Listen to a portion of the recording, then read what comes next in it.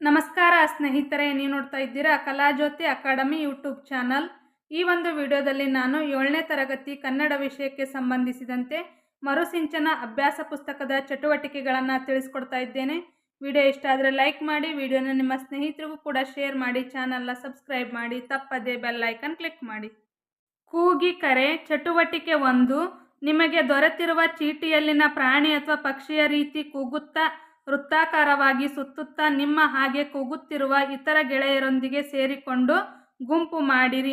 ಗುಂಪಿನಲ್ಲಿ ಕುಳಿತು ಈ ಕೆಳಗಿನ ಚಿತ್ರಗಳಿಗೆ ಬಣ್ಣವನ್ನು ತುಂಬಿರಿ. ಈ ಚಿತ್ರಗಳಿಗೆ ಬಣ್ಣವನ್ನು ತುಂಬಿರಿ. ನೆಕ್ಸ್ಟ್ ಚಟುವಟಿಕೆ 2. ನಿಮಗೆ ದೊರೆತಿರುವ ಪ್ರಾಣಿ ಅಥವಾ ಪಕ್ಷಿಯ ಬಗ್ಗೆ ಒಂದೊಂದು ವಿಶೇಷತೆಯನ್ನು ಅಥವಾ ಉಪಯೋಗವನ್ನು ಹೇಳಿರಿ. ಕೆಳಕಂಡ ಚಿತ್ರಗಳಲ್ಲಿ ಆ ವಿಶೇಷತೆ ಹೊಂದಿರುವಂತಹ ಚಿತ್ರಕ್ಕೆ ವೃತ್ತವನ್ನು ಹಾಕಿರಿ. ಈಗ ನಿಮಗೆ ಚೀಟಿ ಕೊಟ್ಟಿರ್ತಾರಲ್ಲ, ಅಲ್ಲಿ ಯಾವ ಪ್ರಾಣಿ ಬಂದೈತಿ ಅಥವಾ ಯಾವ ಪಕ್ಷಿ ಬಂದೈತಿ, ನಿಮಗೆ ಅದರ ವಿಶೇಷತೆಯನ್ನು ಹೇಳ್ಬೇಕಂತ ಒಂದೊಂದು, ಮತ್ತು ಅದಕ್ಕೆ ವೃತ್ತ ಹಾಕಬೇಕಂತ.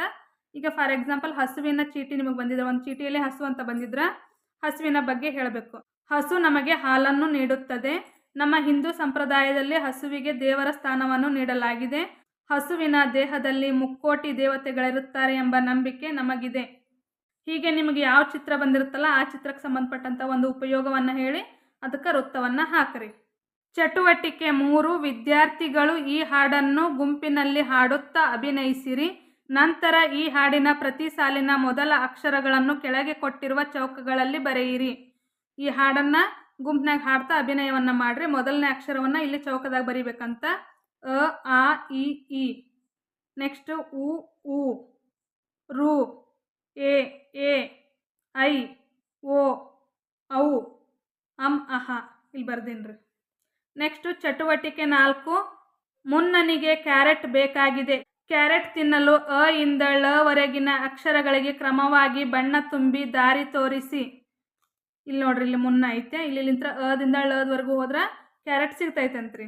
ಇಲ್ಲಿ ನೋಡ್ರಿ, ಅ, ಆ, ನೆಕ್ಸ್ಟ್ ಇ, ಉ, ಉ, ರು, ಎ, ಐ, ಓ, ಔ, ಅಹ, ಕ, ಗ, ಜ್ಞ, ಚ, ಜನ್ಯ, ಟ, ಡಡ್ಣ, ನೆಕ್ಸ್ಟ್ ತ, ದನ್ನ, ಪ, ಭಮ್ಮ, ಯ, ಲ, ವ, ಶ, ಸ, ಹ, ಳ. ಇಲ್ಲಿ ಕ್ಯಾರೆಟ್ ಸಿಕ್ತು. ಹಿಂಗೆ ಕ್ರಮವಾಗಿ ಬರಬೇಕ್ರಿ. ಹೀಗೊಂದು ಕಲಿಕೆ. ಸ್ವರ ಅಕ್ಷರಗಳು ಅ ಇಂದ ಔ ವರೆಗಿನ ಅಕ್ಷರಗಳು ಒಟ್ಟು 13.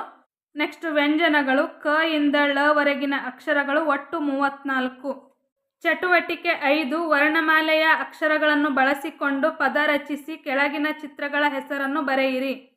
ಸರ, ಗರಗಸ, ಅರ, ದಸರ, ಬಸವ, ಜನ, ಯಮ, ಚಮಚ, ನಗರ, ಶರ. ಶರ ಅಂತಲೂ ಬರಿಬೋದು, ಬಾಣ ಅಂತ ಕೂಡ ಬರಿಬಹುದು. ಕಥನ ಕವನ. ಚಟುವಟಿಕೆ 1. ಕೊಟ್ಟಿರುವ ಪುಟ್ಟ ಕಥೆಯನ್ನು ಗಟ್ಟಿಯಾಗಿ ತರಗತಿಯಲ್ಲಿ ಓದಿರಿ. ನಂತರ ಕೆಳಗೆ ಕೊಟ್ಟಿರುವ ಚಿತ್ರದಲ್ಲಿ ಅಕ್ಷರಗಳನ್ನು ಕೂಡಿಸಿ ಪದ ರಚಿಸಿ ಬರೆಯಿರಿ. ಇದನ್ನು ನೀವೇನು ಮಾಡಬೇಕು, ತರಗತಿಯಲ್ಲಿ ಓದ್ರಿ ಗಟ್ಟಿಯಾಗಿ. ಅಂದ, ಚಂದ, ಚಂದನ, ಪಂಚ, ಮಂಚದ, ಅಂಗ. ಈ ಕಥೆಯಲ್ಲಿ ವಿಸರ್ಗದಿಂದ ಕೂಡಿದ ಪದಗಳನ್ನು ಆರಿಸಿ ಬರೆದು ಗಟ್ಟಿಯಾಗಿ ಓದಿರಿ. ಅಂತಃಪುರ, ಪುನಃ ನಮ. ಚಟುವಟಿಕೆ 2. ಕೊಟ್ಟಿರುವ ಕವನವನ್ನು ಶಿಕ್ಷಕರ ಸಹಾಯದೊಂದಿಗೆ ಹಾಡುತ್ತಾ ಕಲಿಯಿರಿ. ನಂತರ ಕವನದ ಪ್ರತಿ ಸಾಲಿನಲ್ಲೂ ಇರುವ ಸ್ವರ ಅಕ್ಷರಗಳಿಗೆ ವೃತ್ತವನ್ನು ಹಾಕಿ ನೀಡಿರುವ ಸ್ಥಳದಲ್ಲಿ ಬರೆಯಿರಿ. ಇಲ್ಲಿ ಕವನ ಕೊಟ್ಟರಲ್ಲ, ಆ ಕವನದೊಳಗೆ ಸ್ವರಾಕ್ಷರಗಳಿಗೆಲ್ಲ ವೃತ್ತವನ್ನು ಹಾಕ್ರಿ. ಇಲ್ಲ ಹಾಕಿಲ್ಲ, ಆ ಥರ ವೃತ್ತವನ್ನು ಹಾಕ್ರಿ. ಈಗ ವೃತ್ತವನ್ನು ಹಾಕಿದ ನಂತರ ಇಲ್ಲಿ ಕೆಳಗೆ ಜಾಗ ಕೊಟ್ಟರೆ ಆ ಜಾಗದೊಳಗೆ ವೃತ್ತ ಹಾಕಿದಂಥ ಅಕ್ಷರಗಳನ್ನು, ಸ್ವರ ಅಕ್ಷರಗಳನ್ನು ಬರೆಯಿರಿ. ನೆಕ್ಸ್ಟ್ 1. ಮೇಲಿನ ಕವನದಲ್ಲಿ ವೃತ್ತ ಹಾಕಿದ ಅಕ್ಷರಗಳನ್ನು ಬಿಟ್ಟು ಉಳಿದ ಅಕ್ಷರಗಳನ್ನು ಕೆಳಗೆ ಬರೆಯಿರಿ. ಟ, ಗ, ವ, ಳ, ತ, ದ, ನ, ಶ, ಳ. ಹೀಗೊಂದು ಕಲಿಕೆ. ವ್ಯಂಜನಗಳಿಗೆ ಸ್ವರಗಳನ್ನು ಸೇರಿಸಿ ಬರೆದಾಗ ಗುಣಿತಾಕ್ಷರಗಳು ರಚನೆಯಾಗುತ್ತವೆ. ಉದಾಹರಣೆಗೆ ಮ ಪ್ಲಸ್ ಆ ಮ, ರ ಪ್ಲಸ್ ಇ ರಿ, ಜ ಪ್ಲಸ್ ಎ ಜೆ. ಚಟುವಟಿಕೆ 3. ಮೇಲಿನ ಕವನದಿಂದ ಆರಿಸಿ ಕೊಟ್ಟಿರುವ ಈ ಪದಗಳನ್ನು ಮಾದರಿಯಂತೆ ಗುಣಿತಾಕ್ಷರಗಳನ್ನು ಬಿಡಿಸಿ ಬರೆಯಿರಿ. ಕನಕ, ಕ ಪ್ಲಸ್ ಅ ಕ, ನ ಪ್ಲಸ್ ಅ ನ, ಕ ಪ್ಲಸ್ ಅ ಕ. ಕನಕ ಹಿಂಗೆ ಬಿಡಿಸಿ ಬರಿಬೇಕ್ರಿ. ಈ ಥರ ಬಿಡಿಸಿ ಬರೋದನ್ನು SDA ಎಕ್ಸಾಮ್ ಒಳಗೆ ಕನ್ನಡ ಪೇಪರ್ ಅಲ್ಲಿ ಕೊಟ್ಟಿರ್ತಾರೆ, ನಮ್ಮ TET ಎಕ್ಸಾಮಲ್ಲಿ ಕೂಡ ಕೊಟ್ಟಿರ್ತಾರೆ. ಸೊ ಬಿಡಿಸಿ ಬರೆಯೋದನ್ನು ಮಕ್ಕಳಿಗೆ ಕಲಿಸೋದ್ರ ಜೊತೆಗೆ ನಾವು ಕೂಡ ಕಲಿಯೋಣ. ಔತಣ, ಔ ಸ್ವರಾಕ್ಷರ ಐತಿ, ಹಾಗಾಗಿ ಔ ಅಷ್ಟ ಬರಿಬೇಕು. ತ ಪ್ಲಸ್ ತ, ನ ಪ್ಲಸ್ ಣ, ಔತಣ. ಸಮಯ, ಸ ಪ್ಲಸ್ ಸ, ಮ ಪ್ಲಸ್ ಮ, ಯ ಪ್ಲಸ್ ಯ, ಸಮಯ. ಬಸವ, ಬ ಪ್ಲಸ್ ಸ ಪ್ಲಸ್ ವ ಪ್ಲಸ್ ಬಸವ. ಅವಳ, ಅನ್ನೋದು ಸ್ವರಾಕ್ಷರ ಐತಿ, ಬರಿಬೇಕು. ವ ಪ್ಲಸ್ ಳ ಪ್ಲಸ್ ಪದಕ, ಪ ಪ್ಲಸ್ ದ ಪ್ಲಸ್ ಕ ಪ್ಲಸ್ ಈ ಥರ ಕಾಮ ಕೂಡ ಹಾಕ್ಬೇಕ್ರಿ. ಆಬ್ಜೆಕ್ಟಿವ್ ಟೈಪ್ ಒಳಗೆ ಹಿಂಗೆ ಕಾಮ ಇದ್ದಿದ್ದೊಂದು ಇರ್ಲಾರ್ದೊಂದನ್ನು ಕೂಡ ಆಪ್ಷನ್ ಕೊಟ್ಟಿರ್ತಾರೆ. ಸೊ ನೀವೆಲ್ಲ ಕರೆಕ್ಟ್ ಬರೆದು ಕಾಮ ಇರ್ಲಾರ್ದಕ್ಕೆ ರೈಟ್ ಮಾರ್ಕ್ ಹಾಕಿದ್ರು ಕೂಡ ಉತ್ತರ ತಪ್ಪಾಗುತ್ತೆ. ಸೊ ಹಾಗಾಗಿ ಚೆನ್ನಾಗಿ ಅಭ್ಯಾಸ ಮಾಡಿರಿ. ಉಳಿದಿದ್ದು ಕೂಡ ಇದೇ ಥರ ಬಿಡಿಸಿ ಬರಿಬೇಕ್ರಿ. ಹೀಗೊಂದು ಕಲಿಕೆ. ಗುಣಿತಾಕ್ಷರಗಳಿಲ್ಲದೆ ಭಾಷೆಯನ್ನು ಮಾತನಾಡಲು ಅಥವಾ ಬರೆಯಲು ಸಾಧ್ಯವಾಗುವುದಿಲ್ಲ. ಗುಣಿತಾಕ್ಷರಗಳು ರಚನೆಯಾಗಲು ಸ್ವರಗಳು ಮುಖ್ಯವಾಗಿವೆ. ನೆಕ್ಸ್ಟ್ ಒನ್, ಚಿತ್ರ ನೋಡು, ಕತೆ ಹೇಳು. ಚಟುವಟಿಕೆ 1, ಕೊಟ್ಟಿರುವ ಚಿತ್ರಗಳನ್ನು ಗಮನಿಸಿ ಮಾದರಿಯಂತೆ ಪ್ರತಿ ಚಿತ್ರಕ್ಕೆ ಸಂಬಂಧಿಸಿದಂತೆ ಸರಳ ಪದಗಳನ್ನು ಹೇಳುತ್ತಾ ಬರೆಯಿರಿ. ಇಲ್ಲಿ ಒಂದು ಸಂತೆ ಮಾರ್ಕೆಟಿನ ಚಿತ್ರ ಕೊಟ್ಟಾರ, ಒಂದು ಕಡೆ ಶಾಲೆ ಚಿತ್ರ ಕೊಟ್ಟಾರ. ಫಸ್ಟ್ ಮಾದರಿ ಸಂತೆ. ಇಲ್ಲಿ ಸಂತೆ ನಡೆಯಕತ್ತೈತಿ, ಚೀಲ ಅದಾವು, ಜಾತ್ರೆ ಐತಿ, ಮಕ್ಕಳದಾರ, ವ್ಯಾಪಾರಿಗಳದಾರ, ಹೆಂಗಸರದಾರ, ಮರಗಳದಾವು, ಸಾಮಾನುಗಳದಾವು, ಹಣ್ಣುಗಳದಾವು, ತಕ್ಕಡಿ ಅದಾವು. ಇದನ್ನೆಲ್ಲ ಪಟ್ಟಿ ಮಾಡಿದ್ವಿ. ನೆಕ್ಸ್ಟ್ ಶಾಲೆಗೆ ಸಂಬಂಧಪಟ್ಟಂತೆ ಪುಸ್ತಕ, ತರಗತಿ, ಬೆಂಚು, ಕುರ್ಚಿ, ಪಾಠ, ಪಠ್ಯಪುಸ್ತಕ, ಶಿಕ್ಷಕ, ವಿದ್ಯಾರ್ಥಿಗಳು, ಕಪ್ಪು ಹಲಗೆ ಐತಿ. ಚಟುವಟಿಕೆ 2, ಒಂದು ಕಡೆ ಚಿತ್ರಗಳನ್ನು ಕೊಟ್ಟಾರಿ, ಮತ್ತೊಂದು ಕಡೆ ಒಂದು ಹೂವಿನ ಚಿತ್ರ ಕೊಟ್ಟು ಆ ಕೆಲಸದ ಹೆಸರುಗಳನ್ನು ಕೊಟ್ಟಾರ. ಅವನ್ನ ಚಿತ್ರದ ಸಮೇತ ಮ್ಯಾಚ್ ಮಾಡಬೇಕು. ಯಾವ ಚಿತ್ರ ಏನು ಹೇಳುತ್ತಂತೇಳಿ ಮ್ಯಾಚ್ ಮಾಡಬೇಕು. ಹಾಗೆ ಈ ಹೂ ಚಿತ್ರಕ್ಕೆ ಬಣ್ಣವನ್ನು ತುಂಬ್ರಿ ಅಂತ ಹೇಳ್ಯಾರ. ನಾ ಬಣ್ಣ ತುಂಬಿಲ್ಲ, ನೀವು ಬಣ್ಣ ತುಂಬ್ರಿ. ಈಗ ಮ್ಯಾಚ್ ಮಾಡನ್ರಿ. ಇವರು ಬಡಿಗೇರ್ ಕೆಲಸ ಮಾಡಕತ್ತಾರ, ಬಡಿಗ ಇದಕ್ಕೆ ಮ್ಯಾಚ್ ಮಾಡ್ರಿ. ನೆಕ್ಸ್ಟ್ ಕುಂಬಾರಿಕೆ ಕೆಲಸ ಮಾಡಕತ್ತಾರ, ಕುಂಬಾರ. ನೆಕ್ಸ್ಟ್ ಒನ್ ಕಂಬಾರ, ಕಮ್ಮಾರ ಅಂತಲೂ ಕೂಡ ಕರಿತೀವಿ ನಾವು. ಆಡು ಭಾಷೆ ಒಳಗೆ ಕಂಬಾರ ಅಂತೀವಿ, ಗ್ರಾಂಥಿಕ ಭಾಷೆ ಒಳಗೆ ಕಮ್ಮಾರ. ನೆಕ್ಸ್ಟ್ ಒನ್ ದರ್ಜೆ, ಬಟ್ಟೆಯನ್ನು ಹೊಲಿಯುವಂಥ ದರ್ಜೆ ಇಲ್ಲದ ನಾವು ಟೇಲರ್ ಅಂತೀವಲ್ಲ. ನೆಕ್ಸ್ಟ್ ಒನ್ ರೈತ. ಹೀಗೆ ಚಿತ್ರಗಳಲ್ಲಿ ಇವರ ಹೆಸರುಗಳನ್ನು ಆರೋ ಮಾರ್ಕ್ ಹಾಕಿ ನಂತರದಲ್ಲಿ ಇದಕ್ಕೆ ಬಣ್ಣವನ್ನು ತುಂಬ್ರಿ ಈ ಹೂವಿಗೆ. ಚಟುವಟಿಕೆ 3, ಕೊಟ್ಟಿರುವ ಕಥಾ ಸರಣಿಯ ಚಿತ್ರಗಳನ್ನು ಗಮನಿಸಿ ಕ್ರಮಾನುಗತವಾಗಿ ಜೋಡಿಸುತ್ತಾ ಕತೆ ಹೇಳಿ ಹಾಗೂ ಕತೆಗೊಂದು ಶೀರ್ಷಿಕೆ ಹೇಳಿ. ಇಲ್ಲಿ ಕೆಲವು ಚಿತ್ರ ಮತ್ತು ಹೇಳಿಕೆಯನ್ನು ಕೊಟ್ಟಾರ ಕತೆಗೆ ಸಂಬಂಧಪಟ್ಟಂತೆ. ಅವು ಏನಾಗ್ಯಾವ್ರಿ, ಹಿಂದೆ ಮುಂದಾದವ್ರಿ, ಕ್ರಮಾನುಗತವಾಗಿಲ್ಲ. ನಾವು ಕ್ರಮಾನುಗತವಾಗಿ ಜೋಡಿಸ್ತಾ ಅದು ಒಂದು ಕಥೆಯನ್ನು ಹೇಳಬೇಕು. ಒಂದೇದು ಯಾವ್ದು ಬರ್ತಾ, ಜಿಂಕೆಯೊಂದು ನದಿಯ ಬಳಿ ಬಂದಿತ್ತು. ಜಿಂಕೆ ಎಲ್ಲಿ ಬರ್ತಾರೆ, ನದಿ ಹತ್ರ ಬರುತ್ತಂತ. ನೆಕ್ಸ್ಟು, ಜಿಂಕೆ ನದಿ ದಾಟುವುದು ಹೇಗೆ ಎಂದು ಯೋಚಿಸಿತು. ಮೊಸಳೆಗಳನ್ನು ನದಿ ದಾಟಲು ಕೇಳಿತ್ತು, ಮೊಸಳೆಗಳು ಸಾಲಾಗಿ ಬಂದವು. ನೆಕ್ಸ್ಟು, ಜಿಂಕೆ ಮೊಸಳೆಗಳ ಮೇಲೆ ನಡೆಯಿತು. 5ನೇದ್ದು, ಕೊನೆ ಮೊಸಳೆಯ ಮೇಲೆ ಬಂದ ತಕ್ಷಣ ಜಿಂಕೆ ದಡಕ್ಕೆ ಜಿಗಿಯಿತು. ಜಿಂಕೆ ಕೊನೆಯ ಮೊಸಳೆಯ ಬಾಯಿಗೆ ಸಿಗಲಿಲ್ಲ. ಒಟ್ಟಾರೆಯಾಗಿ ಈ ಕತೆಗೊಂದು ಶೀರ್ಷಿಕೆಯನ್ನು ಕೊಡ್ರಿ ಅಂದ್ರೆ, ಈ ಕಥೆಯ ಶೀರ್ಷಿಕೆ ಬುದ್ಧಿವಂತ ಜಿಂಕೆ. ಮೇಲಿನ ಚಿತ್ರದಲ್ಲಿನ ಕಥೆಯನ್ನು ಅನುಕ್ರಮವಾಗಿ ಜೋಡಿಸಿ ನಂತರ ಈ ಕೆಳಗಿನ ಕಥೆಯನ್ನು ಬರೆಯಿರಿ. ಇನ್ನೇಗ ನಾ ಹೇಳಿದ್ನಲ್ರಿ, ಅವನ ಅನುಕ್ರಮವಾಗಿ ಹೇಳಿದ್ನಲ್ಲ ಅದನ್ನು ಬರಿಬೇಕಿಲ್ಲ. ಜಿಂಕೆಯೊಂದು ನದಿಯ ಬಳಿ ಬಂದಿತ್ತು, ಜಿಂಕೆ ನದಿ ದಾಟುವುದು ಹೇಗೆ ಎಂದು ಯೋಚಿಸಿತು, ಮೊಸಳೆಗಳಿಗೆ ನದಿ ದಾಟಲು ಕೇಳಿತು, ಮೊಸಳೆಗಳು ಸಾಲಾಗಿ ಬಂದು ನಿಂತವು, ಜಿಂಕೆ ಮೊಸಳೆಗಳ ಮೇಲೆ ನಡೆಯಿತು, ಕೊನೆ ಮೊಸಳೆ ಮೇಲೆ ಬಂದ ತಕ್ಷಣ ಜಿಂಕೆಯು ಜಿಗಿಯಿತು, ಜಿಂಕೆ ಕೊನೆಯ ಮೊಸಳೆ ಬಾಯಿಗೆ ಸಿಗಲಿಲ್ಲ. ಮೇಲಿನ ಕಥೆಯಲ್ಲಿ ಇರುವ ಒತ್ತಕ್ಷರವಿರುವ ಪದಗಳನ್ನು ಪಟ್ಟಿ ಮಾಡಿ ಬರೆಯಿರಿ. ಮೊಸಳೆಗಳನ್ನು ತಕ್ಷಣ ದಡಕ್ಕೆ ಸಿಗಲಿಲ್ಲ. ಹೀಗೊಂದು ಕಲಿಕೆ. ಒಂದು ವ್ಯಂಜನಾಕ್ಷರಕ್ಕೆ ಅದೇ ವ್ಯಂಜನಾಕ್ಷರ ಅಥವಾ ಬೇರೊಂದು ವ್ಯಂಜನಾಕ್ಷರ ಒತ್ತಾಗಿ ಬಂದರೆ ಅದನ್ನು ಸಂಯುಕ್ತಾಕ್ಷರ ಅಥವಾ ಒತ್ತಕ್ಷರ ಎನ್ನುವರು.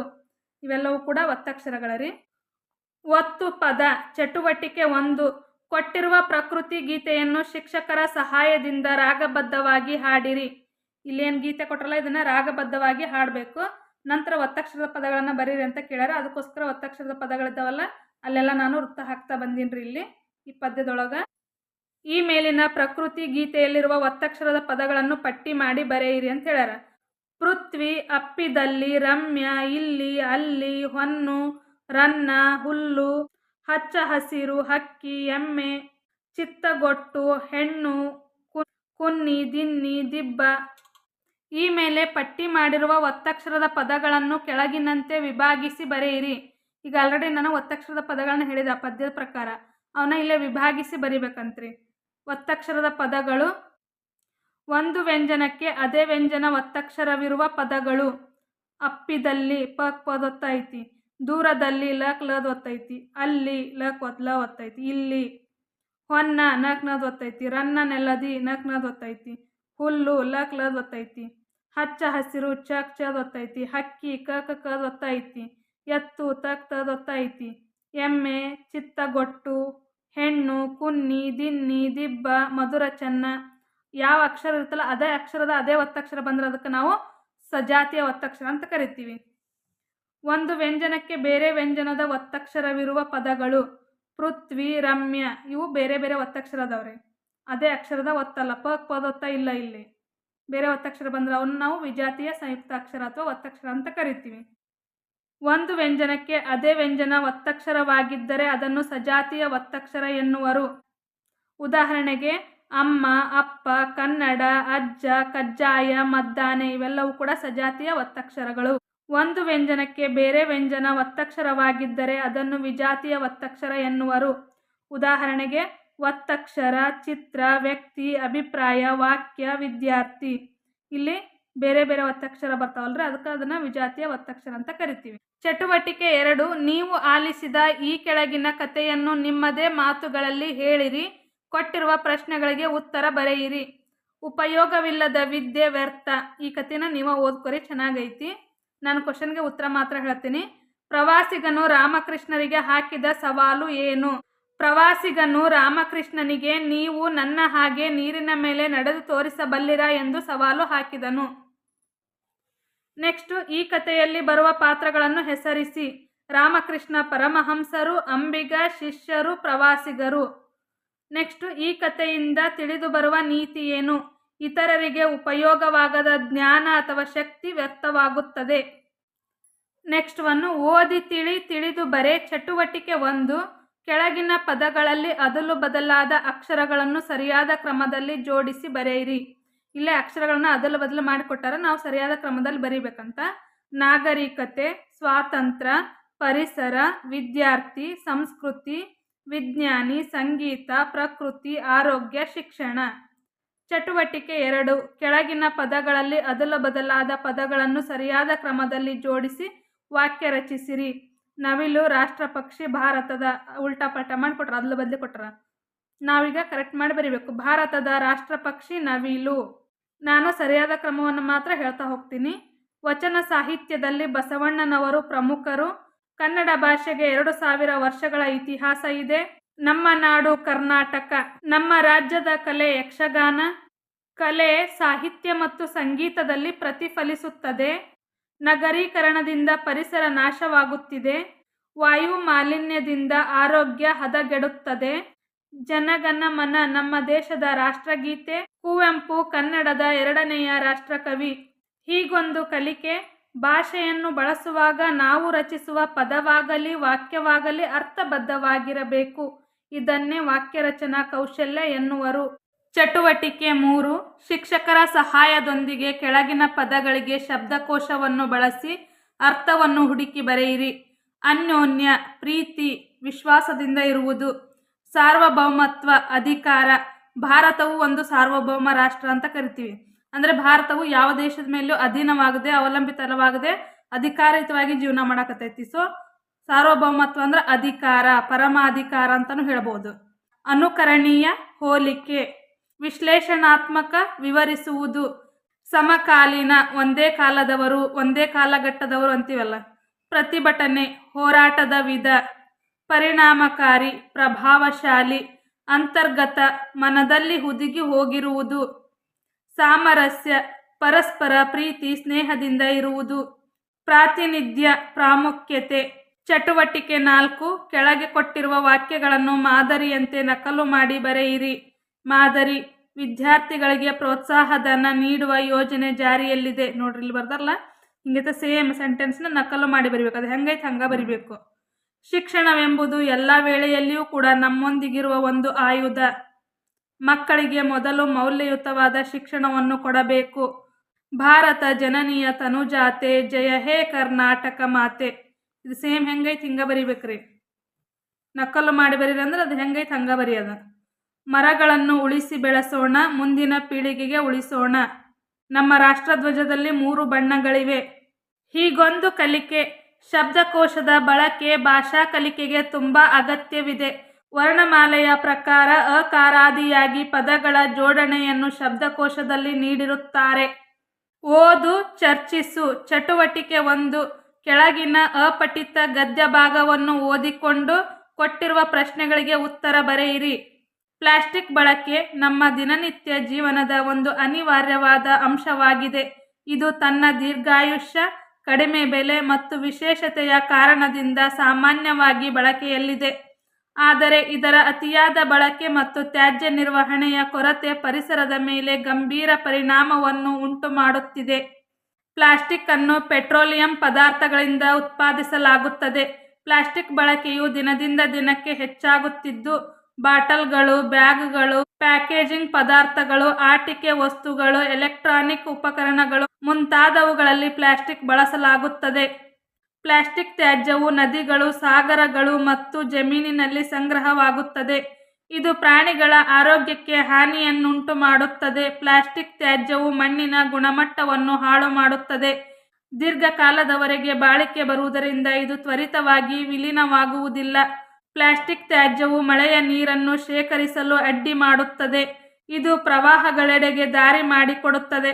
ಪ್ಲಾಸ್ಟಿಕ್ ಅನ್ನು ಕಡಿತಗೊಳಿಸಲು ಇರುವ ಮಾರ್ಗಗಳೆಂದರೆ ಪ್ಲಾಸ್ಟಿಕ್ ಅನ್ನು ಪುನರ್ವಿನಿಯೋಗ ಮಾಡುವುದು, ಪ್ಲಾಸ್ಟಿಕ್ ಬದಲಿಗೆ ಕಾಗದ, ಬಾಳೆ ಎಲೆ, ಜೂಟ್ ಮುಂತಾದ ಪರಿಸರ ಸ್ನೇಹಿ ವಸ್ತುಗಳನ್ನು ಬಳಸುವುದಾಗಿದೆ.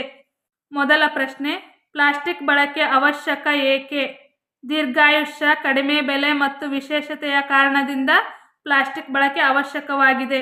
ಪ್ಲಾಸ್ಟಿಕ್ ಬಳಕೆಯಿಂದ ಆಗುವ ದುಷ್ಪರಿಣಾಮಗಳೇನು? ಪ್ರಾಣಿಗಳ ಆರೋಗ್ಯಕ್ಕೆ ಹಾನಿಯನ್ನುಂಟು ಮಾಡುತ್ತದೆ ಮತ್ತು ಮಣ್ಣಿನ ಗುಣಮಟ್ಟವನ್ನು ಹಾಳು ಮಾಡುತ್ತದೆ. ಪ್ಲಾಸ್ಟಿಕ್ ಬಳಕೆಯನ್ನು ಕಡಿತಗೊಳಿಸಲು ಇರುವ ಮಾರ್ಗಗಳೇನು?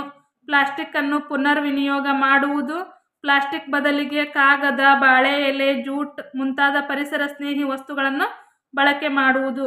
ಮೂರನೇ ಪ್ರಶ್ನೆಗೆ ಉತ್ತರ ಇಲ್ಲ ಹಾಕಿಬಿಟ್ಟು ನೋಡ್ರಿ. ನಾ ಗದ್ಯ ಭಾಗ ಓದುವಾಗನ ಪ್ರಶ್ನೆಗೆ ಉತ್ತರನೂ ಹಾಕೀನಿ. ಮೂರನೇ ಪ್ರಶ್ನೆಗೆ ಉತ್ತರ ಇಲ್ಲೇ ಐತಿ. ಚಟುವಟಿಕೆ 2. ಕೆಳಗಿನ ಅಪಠಿತ ಗದ್ಯ ಭಾಗವನ್ನು ಓದಿಕೊಂಡು ಕೊಟ್ಟಿರುವ ಪ್ರಶ್ನೆಗಳಿಗೆ ಉತ್ತರ ಬರೆಯಿರಿ. ಭಾರತದಲ್ಲಿ ಮಕ್ಕಳ ಹಕ್ಕುಗಳು. ಮಕ್ಕಳು ನಮ್ಮ ಭವಿಷ್ಯದ ನಿರ್ಮಾತೃಗಳು. ಒಂದು ದೇಶದ ಪ್ರಗತಿಯು ಅಲ್ಲಿನ ಮಕ್ಕಳ ಯೋಗಕ್ಷೇಮವನ್ನು ನಿರ್ಧರಿಸುತ್ತದೆ. ಭಾರತ ಸಂವಿಧಾನವು ಮಕ್ಕಳಿಗೆ ಹಲವು ಮುಖ್ಯ ಹಕ್ಕುಗಳನ್ನು ನೀಡಿದೆ. ಶಿಕ್ಷಣದ ಹಕ್ಕು. ಪ್ರತಿ ಮಗುವಿಗೂ ಉಚಿತ ಮತ್ತು ಕಡ್ಡಾಯ ಶಿಕ್ಷಣ ಪಡೆಯುವ ಹಕ್ಕಿದೆ. ಶಿಕ್ಷಣವು ಮಕ್ಕಳ ಬೌದ್ಧಿಕ ಮತ್ತು ಸಾಮಾಜಿಕ ಬೆಳವಣಿಗೆಯ ಆಧಾರವಾಗಿದೆ. ಆರೋಗ್ಯದ ಹಕ್ಕು. ಪ್ರತಿ ಮಗುವಿಗೂ ಉತ್ತಮ ಆರೋಗ್ಯ ಪಡೆಯುವ ಹಕ್ಕಿದೆ. ಸರ್ಕಾರವು ಉಚಿತ ಲಸಿಕೆಗಳು, ಪೌಷ್ಟಿಕ ಆಹಾರ ಮತ್ತು ವೈದ್ಯಕೀಯ ಚಿಕಿತ್ಸೆ ಒದಗಿಸಬೇಕು. ಆಟದ ಹಕ್ಕು. ಮಕ್ಕಳಿಗೆ ಆಟವಾಡಲು, ಮನರಂಜನೆ ಪಡೆಯಲು ಮತ್ತು ವಿಶ್ರಾಂತಿ ಪಡೆಯಲು ಹಕ್ಕಿದೆ. ಆಟವು ಮಕ್ಕಳ ಬೆಳವಣಿಗೆಯ ಅಂಶವಾಗಿದೆ. ಸ್ವಂತ ಅಭಿಪ್ರಾಯ ವ್ಯಕ್ತಪಡಿಸುವ ಹಕ್ಕು. ಮಕ್ಕಳು ತಮ್ಮ ಅಭಿಪ್ರಾಯಗಳನ್ನು ಧೈರ್ಯವಾಗಿ ವ್ಯಕ್ತಪಡಿಸುವ ಹಕ್ಕನ್ನು ಹೊಂದಿದ್ದಾರೆ. ಅವರ ಅಭಿಪ್ರಾಯಗಳನ್ನು ಗೌರವಿಸಬೇಕು ಮತ್ತು ಪರಿಗಣಿಸಬೇಕು. ಹಿಂಸೆ ಮತ್ತು ಶೋಷಣೆಯಿಂದ ರಕ್ಷಣೆಯ ಹಕ್ಕು. ಯಾವುದೇ ರೀತಿಯ ಹಿಂಸೆ, ಶೋಷಣೆ, ಬಾಲಕಾರ್ಮಿಕ ಪದ್ಧತಿ ಅಥವಾ ಮಾನವ ವ್ಯಾಪಾರದಿಂದ ಮಕ್ಕಳನ್ನು ರಕ್ಷಿಸಬೇಕು. ಸಮಾನತೆಯ ಹಕ್ಕು. ಜಾತಿ, ಧರ್ಮ, ಲಿಂಗ ಅಥವಾ ಆರ್ಥಿಕ ಸ್ಥಿತಿಯ ಆಧಾರದ ಮೇಲೆ ಮಕ್ಕಳ ನಡುವೆ ತಾರತಮ್ಯ ಮಾಡಬಾರದು. ಮೊದಲ ಪ್ರಶ್ನೆ, ಭಾರತ ಸಂವಿಧಾನವು ಮಕ್ಕಳಿಗೆ ಏನನ್ನು ನೀಡಿದೆ? ಭಾರತ ಸಂವಿಧಾನವು ಮಕ್ಕಳಿಗೆ ಹಲವು ಹಕ್ಕುಗಳನ್ನು ನೀಡಿದೆ. ಮಕ್ಕಳ ಹಕ್ಕುಗಳ ಬಗ್ಗೆ ಚರ್ಚಿಸಿ ಪಟ್ಟಿ ಮಾಡಿ ಬರೆಯಿರಿ. ಶಿಕ್ಷಣದ ಹಕ್ಕು, ಆರೋಗ್ಯದ ಹಕ್ಕು, ಆಟದ ಹಕ್ಕು, ಸಮಾನತೆಯ ಹಕ್ಕು, ಸ್ವಂತ ಅಭಿಪ್ರಾಯ ವ್ಯಕ್ತಪಡಿಸುವ ಹಕ್ಕು, ರಕ್ಷಣೆಯ ಹಕ್ಕು. ಮೂರನೇ ಪ್ರಶ್ನೆ, ಶಿಕ್ಷಣದ ಹಕ್ಕಿನ ವಿಶೇಷತೆ ಏನು? ಪ್ರತಿ ಮಗುವಿಗೂ ಉಚಿತ ಮತ್ತು ಕಡ್ಡಾಯ ಶಿಕ್ಷಣ ಪಡೆಯುವ ಹಕ್ಕಿದೆ.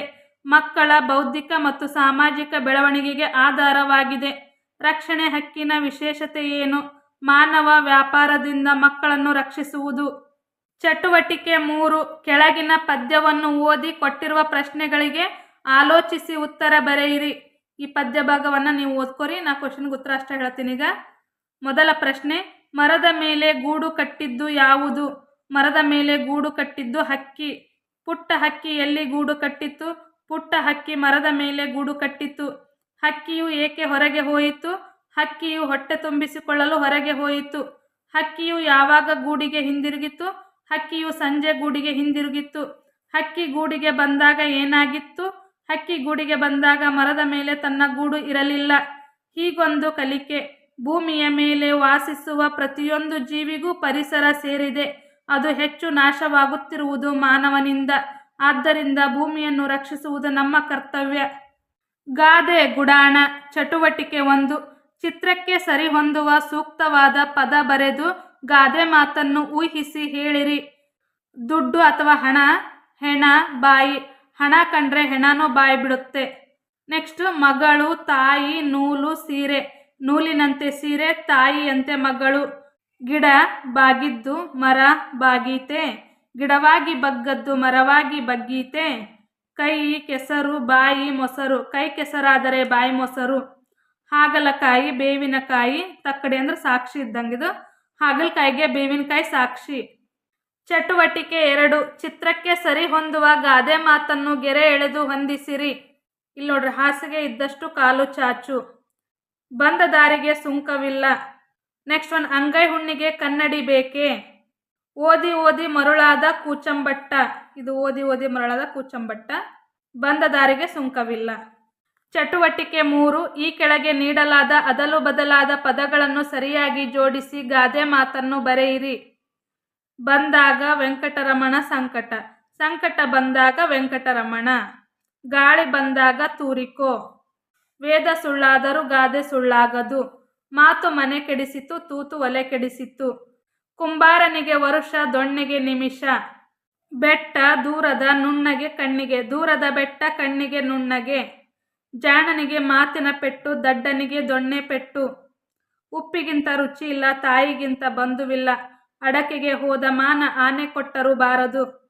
ಅದೆಲ್ಲ ಬದಲದವಲ್ರಿ, ನಾನು ಸೀದಾ ಮಾಡಿ ಬರ್ದಿದ್ದಷ್ಟೇ ಹೇಳಕತ್ತೀನಿ ನಿಮಗೆ. ಹೊಟ್ಟೆಗೆ ಹಿಟ್ಟಿಲ್ಲ ಅಂದ್ರೂ ಜುಟ್ಟಿಗೆ ಮಲ್ಲಿಗೆ ಹೂವು. ಚಟುವಟಿಕೆ 4. ಕೆಳಗೆ ನೀಡಲಾದ ಪಠ್ಯಭಾಗದಲ್ಲಿ ಇರುವ ಗಾದೆ ಮಾತುಗಳನ್ನು ಆರಿಸಿ ಬರೆಯಿರಿ. ಒಂದು ಊರಿನಲ್ಲಿ ಸೋಮಣ್ಣನೆಂಬ ರೈತನಿದ್ದನು. ಕಾಯಕವೇ ಕೈಲಾಸ ಎಂಬ ಮಂತ್ರದೊಂದಿಗೆ ಜೀವಿಸುತ್ತಿದ್ದನು.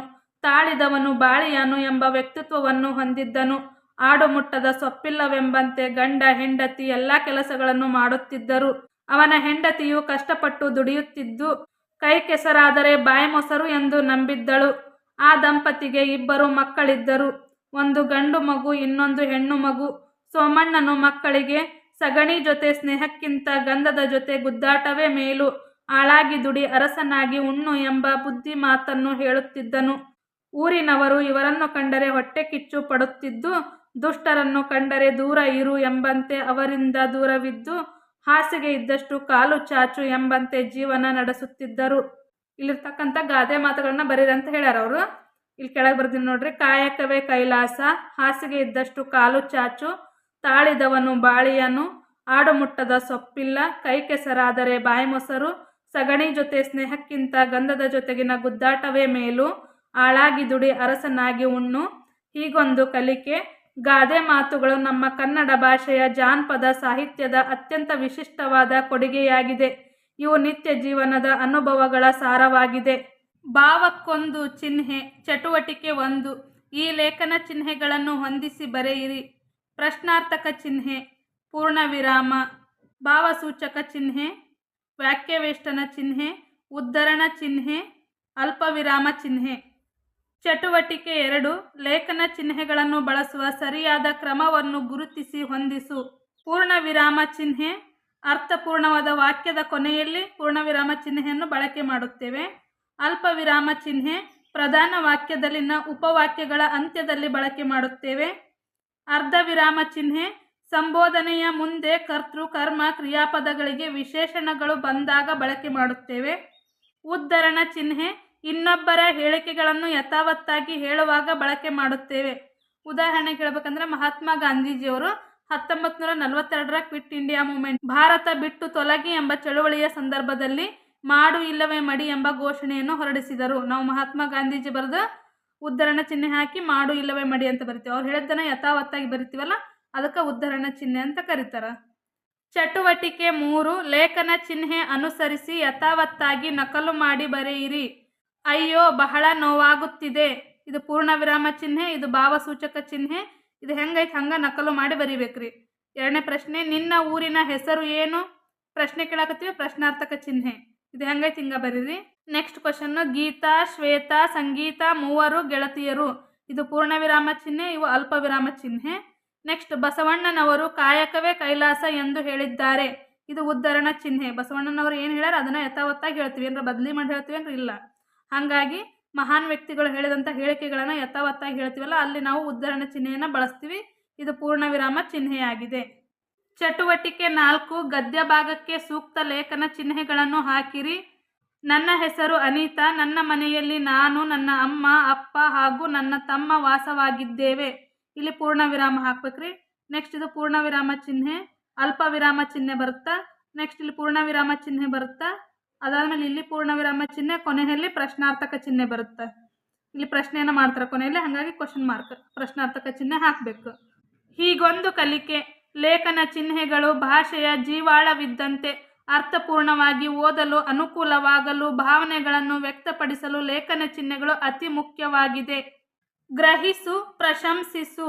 ಚಟುವಟಿಕೆ 1, ಕೊಟ್ಟಿರುವ ಚಿತ್ರಗಳಲ್ಲಿ ಇರುವ ಸನ್ನಿವೇಶ ಅಥವಾ ಘಟನೆಗಳನ್ನು ನೋಡಿ ನಿಮ್ಮ ಅನಿಸಿಕೆಗಳನ್ನು ವ್ಯಕ್ತಪಡಿಸಿ ಬರೆಯಿರಿ. ಇಲ್ಲೇ ತಂದೆ ಮಗಳದರ, ತಾಯಿ ಅಡುಗೆ ಮಾಡಕತ್ತಾಳ, ತಾಯಿ ಇಸ್ತ್ರಿ ಮಾಡಕತ್ತಾಳ, ತಾಯಿ ಮಗಳಿಗೆ ಓದ್ಸಕತ್ತಾಳ, ಇಲ್ಲೇ ಆಟ ಆಡಕತ್ತಾರ. ಈ ಚಿತ್ರಗಳನ್ನು ನೋಡಿ ಇದಕ್ಕೆ ಸಂಬಂಧಪಟ್ಟಂತಹ ಕೆಲವು ವಿಚಾರಗಳನ್ನ ಇಲ್ಲಿ ಬರೀರಿ ಅಂತ ಹೇಳ್ಯಾರ. ಇದು ಒಟ್ಟಾರೆಯಾಗಿ ಮನೆಯ ದೈನಂದಿನ ಕೆಲಸಕ್ಕೆ ಸಂಬಂಧಪಟ್ಟಂಥ ಚಿತ್ರ. ಮನೆಯ ದೈನಂದಿನ ಕೆಲಸ. ಮಗಳು ಅಪ್ಪನಿಗೆ ಕಾಫಿ ಕೊಡುತ್ತಿದ್ದಾಳೆ. ಅಮ್ಮ ತರಕಾರಿ ಹೆಚ್ಚುತ್ತಿದ್ದಾಳೆ. ಅಮ್ಮ ಬಟ್ಟೆಗಳನ್ನು ಇಸ್ತ್ರಿ ಮಾಡುತ್ತಿದ್ದಾಳೆ. ಅಮ್ಮ ಮಗಳಿಗೆ ಓದಿಸುತ್ತಿದ್ದಾಳೆ. ಆಟವಾಡುತ್ತಿದ್ದಾರೆ. ಮಕ್ಕಳು ಆಟವಾಡುತ್ತಿದ್ದಾರೆ. ಚಟುವಟಿಕೆ 2, ನಾವು ಸಹಕರಿಸೋಣ. ಚಿತ್ರವನ್ನು ಗಮನಿಸು. ಚಿತ್ರಗಳಲ್ಲಿ ನೀನೇನು ಮಾಡುವೆ ಬರೆ. ಈಗ ನೋಡ್ರಿ, ಚಿತ್ರ ನೋಡ್ರಿ, ಇಲ್ಲೇನೋ ಒಂದು ಹುಡುಗ ಕಾಲ್ಗೇನೋ ರಾಡ್ ಹಾಕೊಂಡ್ರೆ ಇದು ಹ್ಯಾಂಡಿಕ್ಯಾಪ್ಟ್ ಇರಬೇಕು. ಈ ಹುಡುಗನ ಕರ್ಕೊಂಡು ಮ್ಯಾಲೆ ಹತ್ಸಕತ್ತಾನ, ಹೆಲ್ಪ್ ಮಾಡಕತ್ತಾನ. ನಾನು ನನ್ನ ಗೆಳೆಯ ಅಂಗವಿಕಲನಾಗಿದ್ದು ಅವನನ್ನು ಶಾಲಾ ತರಗತಿಗೆ ಕರೆದುಕೊಂಡು ಹೋಗಲು ಸಹಾಯವನ್ನು ಮಾಡುತ್ತಿರುವೆ. ಅವನ ಬ್ಯಾಗ್, ಲಂಚ್ ಬಾಕ್ಸ್ ನಾನು ತೆಗೆದುಕೊಂಡು ಅವನನ್ನು ಹತ್ತಿಸುತ್ತಿದ್ದೇನೆ. ಮೆಟ್ಲದವಲ್ರಿ, ಮೆಟ್ಲು ಹತ್ಸ್ಕೊಂಡು ಕರ್ಕೊಂಡು ಹೊಂಟಾನ. ನೆಕ್ಸ್ಟ್, ಇಲ್ಲಿ ನೋಡ್ರಿ ಚಿತ್ರ, ಇಲ್ಲೇನೋ ಒಂದು ಪರಿಸರ, ಗಿಡ ಮರಗಳನ್ನೆಲ್ಲ ಬೆಳೆಸಕತ್ತಾರ ಹುಡುಗರು ಸೇರಿ. ನಾವೆಲ್ಲರೂ ಸೇರಿ ಮನೆಯ ಆವರಣದಲ್ಲಿ, ಉದ್ಯಾನವನದಲ್ಲಿ ಮತ್ತು ಶಾಲೆಗಳಲ್ಲಿ ಗಿಡಗಳನ್ನು ನೆಟ್ಟು ಅವುಗಳನ್ನು ಬೆಳೆಸುತ್ತೇವೆ. ಚಟುವಟಿಕೆ 3, ನಮ್ಮವರೊಂದಿಗೆ ನಾನು. ಚಿತ್ರಗಳನ್ನು ಗಮನಿಸಿ ಸಂಬಂಧಿಸಿದ ಹಲವು ಶೀರ್ಷಿಕೆಗಳನ್ನು ನೀಡಿದೆ. ಶೀರ್ಷಿಕೆಗಳನ್ನು ಓದಿ ನಿಮ್ಮ ಇಷ್ಟದ ಶೀರ್ಷಿಕೆಯನ್ನು ಆರಿಸಿ ಬರೆದು ಮಾತನಾಡಿ. ನಾನು ಮತ್ತು ಅಜ್ಜ, ನನ್ನ ಪ್ರೀತಿಯ ಅಜ್ಜ, ನನ್ನ ಮುದ್ದಿನ ಅಜ್ಜ. ಈ 3 ಶೀರ್ಷಿಕೆಗಳು ನಮಗಿಷ್ಟವಾದ ಶೀರ್ಷಿಕೆ ನಾನು ಮತ್ತು ಅಜ್ಜ. ಗೆಳೆಯರೊಂದಿಗೆ ಆಟ ಅಥವಾ ನಾನು ಮತ್ತು ನನ್ನ ಗೆಳೆಯರು. ಗೆಳೆಯರೊಂದಿಗೆ ಆಟ. ಈ ಚಿತ್ರ ನೋಡಿ ಇದಕ್ಕೆ ಸಂಬಂಧಪಟ್ಟಂಥ ಶೀರ್ಷಿಕೆ ಬರಿಬೇಕ್ರಿ. ನನ್ನ ಪ್ರೀತಿಯ ಅಕ್ಕ, ನನ್ನ ಮುದ್ದಿನ ಅಕ್ಕ, ನನ್ನ ಪ್ರೀತಿಯ ಅಕ್ಕ. ನೆಕ್ಸ್ಟ್, ನನ್ನ ನಾಯಿ, ನನ್ನ ಮುದ್ದಿನ ಟಾಮಿ, ಆಟಕ್ಕೆ ಬಾ ಟಾಮಿ, ನನ್ನ ಮುದ್ದಿನ ಟಾಮಿ. ನಮ್ಮೂರ ಜಾತ್ರೆ, ದೇವರ ಜಾತ್ರೆ, ಜಾತ್ರೆಯ ಸಡಗರ, ನಮ್ಮೂರ ಜಾತ್ರೆ. ನಮ್ಮ ಟೀಚರ್, ನಮ್ಮ ಮೇಡಮ್, ನಮ್ಮ ಟೀಚರ್ ನಮಗಿಷ್ಟ, ನಮ್ಮ ಟೀಚರು. ಚಟುವಟಿಕೆ 4, ಸೂಕ್ತ ಪದಗಳಿಂದ ಭರ್ತಿ ಮಾಡಿ. ಇಲ್ಲಿ ಕೆಲವೊಂದಿಷ್ಟು ಪದಗಳನ್ನು ಕೊಟ್ಟಾರ. ದಯವಿಟ್ಟು, ಕ್ಷಮಿಸಿ, ಧನ್ಯವಾದಗಳು, ಪ್ರಶಂಸಿಸು, ನಮಸ್ಕಾರಗಳು, ಒಪ್ಪಿಗೆ, ಹೌದು. ಈ ಪದಗಳನ್ನು ಸೂಕ್ತ ಜಾಗದೊಳಗೆ ಬರೀರಿ ಅಂತ ಹೇಳ್ಯಾರ. ಮೊದಲನೇ ವಾಕ್ಯ, ತರಗತಿಯಲ್ಲಿ ಯಾರು ಉತ್ತರಿಸದ ಪ್ರಶ್ನೆಗೆ ಉತ್ತರಿಸಿದಾಗ ಪ್ರಶಂಸಿಸು. ನಿನ್ನ ಗೆಳೆಯರಿಂದ ಪೆನ್ಸಿಲ್ ಕೇಳಿ ಪಡೆಯುವಾಗ ದಯವಿಟ್ಟು ಎಂಬ ಪದವನ್ನು ಬಳಸಬೇಕು. ದಯವಿಟ್ಟು ಸ್ವಲ್ಪ ಪೆನ್ಸಿಲ್ ಕೊಡು ಅಂತ ಕೇಳ್ಬೇಕು ನಾವು. ನಿನ್ನ ಗೆಳೆಯನ ಪೆನ್ಸಿಲನ್ನು ಹಿಂದಿರುಗಿಸಲು ಸಾಧ್ಯವಾಗದಿದ್ದಾಗ ಕ್ಷಮಿಸು ಅಂತ ಕ್ಷಮೆ ಕೇಳಬೇಕು. ನಿನ್ನ ಗೆಳೆಯನಿಂದ ಪೆನ್ಸಿಲ್ ಪಡೆದ ನಂತರ ಧನ್ಯವಾದಗಳನ್ನು ತಿಳಿಸಬೇಕು. ಹೀಗೊಂದು ಕಲಿಕೆ. ಗುರು ಹಿರಿಯರಿಗೆ, ಕಿರಿಯರೊಡನೆ ಗೌರವಪೂರ್ವಕವಾಗಿ ಮಾತನಾಡುವ ಕೌಶಲ್ಯ ಬೆಳೆಸುವುದು. ವಿವಿಧ ಸನ್ನಿವೇಶ, ಘಟನೆಗಳಲ್ಲಿ ಇತರರ ಜೊತೆಗೆ ಹೇಗೆ ಮಾತನಾಡಬೇಕು, ಹೇಗೆ ವರ್ತಿಸಬೇಕು ಎಂಬುದನ್ನು ಅರಿಯುವುದು. ನೆಕ್ಸ್ಟ್ ಒನ್, ಓದು, ಬರೆ. ಚಟುವಟಿಕೆ 1, ಚಿತ್ರಗಳನ್ನು ಸೇರಿಸಿ ಅರ್ಥಬದ್ಧ ಪದ ರಚಿಸಿ ಬರೆಯಿರಿ. ಇಲ್ಲಿ ನೋಡ್ರಿ ಚಿತ್ರಗಳದಾವಲ್ಲ, ಈ ಚಿತ್ರಗಳನ್ನು ಸೇರಿಸಿ ಒಂದು ಅರ್ಥಬದ್ಧವಾದ ಪದನ ಬರೀರಿ ಅಂತ ಹೇಳ್ಯಾರ. ಇಲ್ಲೇ ಕಾರ್ ಐತಿ, ಇಲ್ಲಿ ಒಬ್ಬ ವ್ಯಕ್ತಿ ಹೊಂಟಾನ, ಕಾರ್ಕೂನ ಅಥವಾ ಕಾರ್ಮಿಕ ಅಂತ ಬರ್ತ್ರಿ. ನೆಕ್ಸ್ಟ್ ಇಲ್ಲಿ ಕಾಯಿ ಐತಿ, ಇಲ್ಲಿ ಉಪ್ಪು ಐತಿ, ಉಪ್ಪಿನ ಕಾಯಿ ಆಗತ್ತ. ನೆಕ್ಸ್ಟ್ ಇಲ್ಲಿ ಅಕ್ಕಿ ಕಾಳು ಐತಿ, ಅಕ್ಕಿ ಹಿಟ್ಟು ಮತ್ತು ಅಕ್ಕಿ, ಇಲ್ಲಿ ಕಾಳದವು, ಶೇಂಗಾ ಕಾಳದವು, ಅಕ್ಕಿ ಕಾಳು. ನೆಕ್ಸ್ಟ್ ಇಲ್ಲಿ ಉಪ್ಪು ಐತಿ, ಇಲ್ಲಿ ಗ್ರಹಗಳದವು, ಉಪಗ್ರಹ. ನೆಕ್ಸ್ಟ್ ಇಲ್ಲಿ ಏನು ಬರುತ್ತೆ ಅನ್ನೋದನ್ನು ಕಮೆಂಟ್ ಮೂಲಕ ತಿಳಿಸ್ರಿ. ಚಟುವಟಿಕೆ 2, ಸುಳಿವಿನ ಅಕ್ಷರಗಳನ್ನು ಸರಿಯಾಗಿ ಜೋಡಿಸಿ ಸೂಕ್ತ ಪದ ರಚಿಸಿರಿ ಅಂತ ಹೇಳ್ಯಾರ. ಇಲ್ಲಿ ಕೆಲವೊಂದಿಷ್ಟು ಸುಳಿವು ಕೊಟ್ಟಾರ, ಆ ಸುಳಿವಿಗೆ ಸಂಬಂಧಪಟ್ಟಂತೆ ಅಕ್ಷರಗಳನ್ನು ಸರಿಯಾಗಿ ಜೋಡಿಸಿ ಬರಿಬೇಕಂತ. ರಾಜ ಕುಳಿತುಕೊಳ್ಳುವ ಆಸನ ಸಿಂಹಾಸನ, ಇಲ್ಲಿ ಐತ್ರಿ, ಅದನ್ನು ಹುಡುಕಿ ಬರಿಬೇಕು. ಕಾಡಿನಲ್ಲಿರುವ ಋಷಿಗಳ ಮನೆ ಕುಟೀರ. ಕಷ್ಟಪಟ್ಟು ದುಡಿದ ಹಣ ಸಂಪಾದನೆ. 4ನೇ ಪ್ರಶ್ನೆ, ಹುಣ್ಣಿಮೆ ಚಂದ್ರನ ಬೆಳಕು ಬೆಳದಿಂಗಳು. ಇಲ್ಲಿ ನೋಡಿ ಬೆಳದಿಂಗಳು, ಇಲ್ಲೇ ಹಿಂಗುಡಿಗೆ ಬರಿಬೇಕ್ರಿ ಇವನ್ನ. ಚಟುವಟಿಕೆ 3, ಕೊಟ್ಟಿರುವ ಚಿತ್ರಗಳಿಗೆ ಹೆಸರನ್ನು ನೀಡಿ ಚಿತ್ರ ಪ್ರಾಸ ಬರೆಯಿರಿ. ಇಲ್ಲಿ ನೋಡ್ರಿ ಕೆಲವೊಂದಿಷ್ಟು ಚಿತ್ರಗಳನ್ನು ಕೊಟ್ಟಾರ, ಪ್ರಾಸ ಪದಗಳನ್ನು ಬರೆದು ಜೋಡಿಸ್ರಿ ಅಂತ ಹೇಳ್ಯಾರ. ಇದು 1ನೇದ್ದು ನೀವೇ ಕಮೆಂಟ್ ಮೂಲಕ ತಿಳಿಸ್ರಿ. 2ನೇದ್ದು ಹುಲ್ಲು ಹಲ್ಲು, ಹುಡುಗ ಹುಡುಗಿ, ಅಳಿಲು ನವಿಲು. ಚಟುವಟಿಕೆ 4, ಪದ ಚಿತ್ರಗಳನ್ನು ಬಳಸಿಕೊಂಡು ನೀಡಿರುವ ಸ್ಥಳದಲ್ಲಿ ವಾಕ್ಯ ರಚಿಸಿ ಬರೆಯಿರಿ. ಇಲ್ಲಿ ಕೆಲವೊಂದಿಷ್ಟು ಪದಗಳನ್ನು ಕೊಟ್ಟಾರ, ಇಲ್ಲಿ ಚಿತ್ರ ಕೊಟ್ಟಾರ, ಇವುಗಳನ್ನು ಬಳಸ್ಕೊಂಡು ವಾಕ್ಯ ಮಾಡ್ರಿ ಅಂತ ಹೇಳ್ಯಾರ. ನಾಯಿಯು ಹಣ್ಣನ್ನು ತಿಂದಿತ್ತು. ಇಲ್ಲಿ ನಾಯಿ ಕೊಟ್ರ, ನಾಯಿಯು ಹಣ್ಣನ್ನು ತಿಂದಿತ್ತು. ನೆಕ್ಸ್ಟ್, ಹುಡುಗಿಯು ಗಿಳಿಯನ್ನು ನೋಡಿದಳು. ಹುಡುಗಿಯು ಗಿಳಿಯನ್ನು ನೋಡಿದಳು. ಅಣ್ಣಂದಿರು ಹಣ್ಣುಗಳನ್ನು ನೋಡಿದರು. ಅಕ್ಕ ಹಣ್ಣನ್ನು ತಿಂದಳು. ಹುಡುಗನು ಗಿಳಿಯನ್ನು ನೋಡಿದನು. ಇಲ್ಲಿ ಗಿಳಿ ಐತಿ, ಹಣ್ಣುಗಳದವು, ಇಲ್ಲೇ ಪದಗಳು ಕೊಟ್ರ, ಆ ಪದಗಳನ್ನು ಬಳಸ್ಕೊಂಡು ಇಲ್ಲಿ ವಾಕ್ಯವನ್ನು ಮಾಡಿರಿ.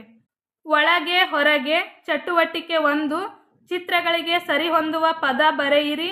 ಪ್ರತಿ ಪದದ ಮೊದಲ ಅಕ್ಷರ ಗಮನಿಸಿ ಓದಿರಿ.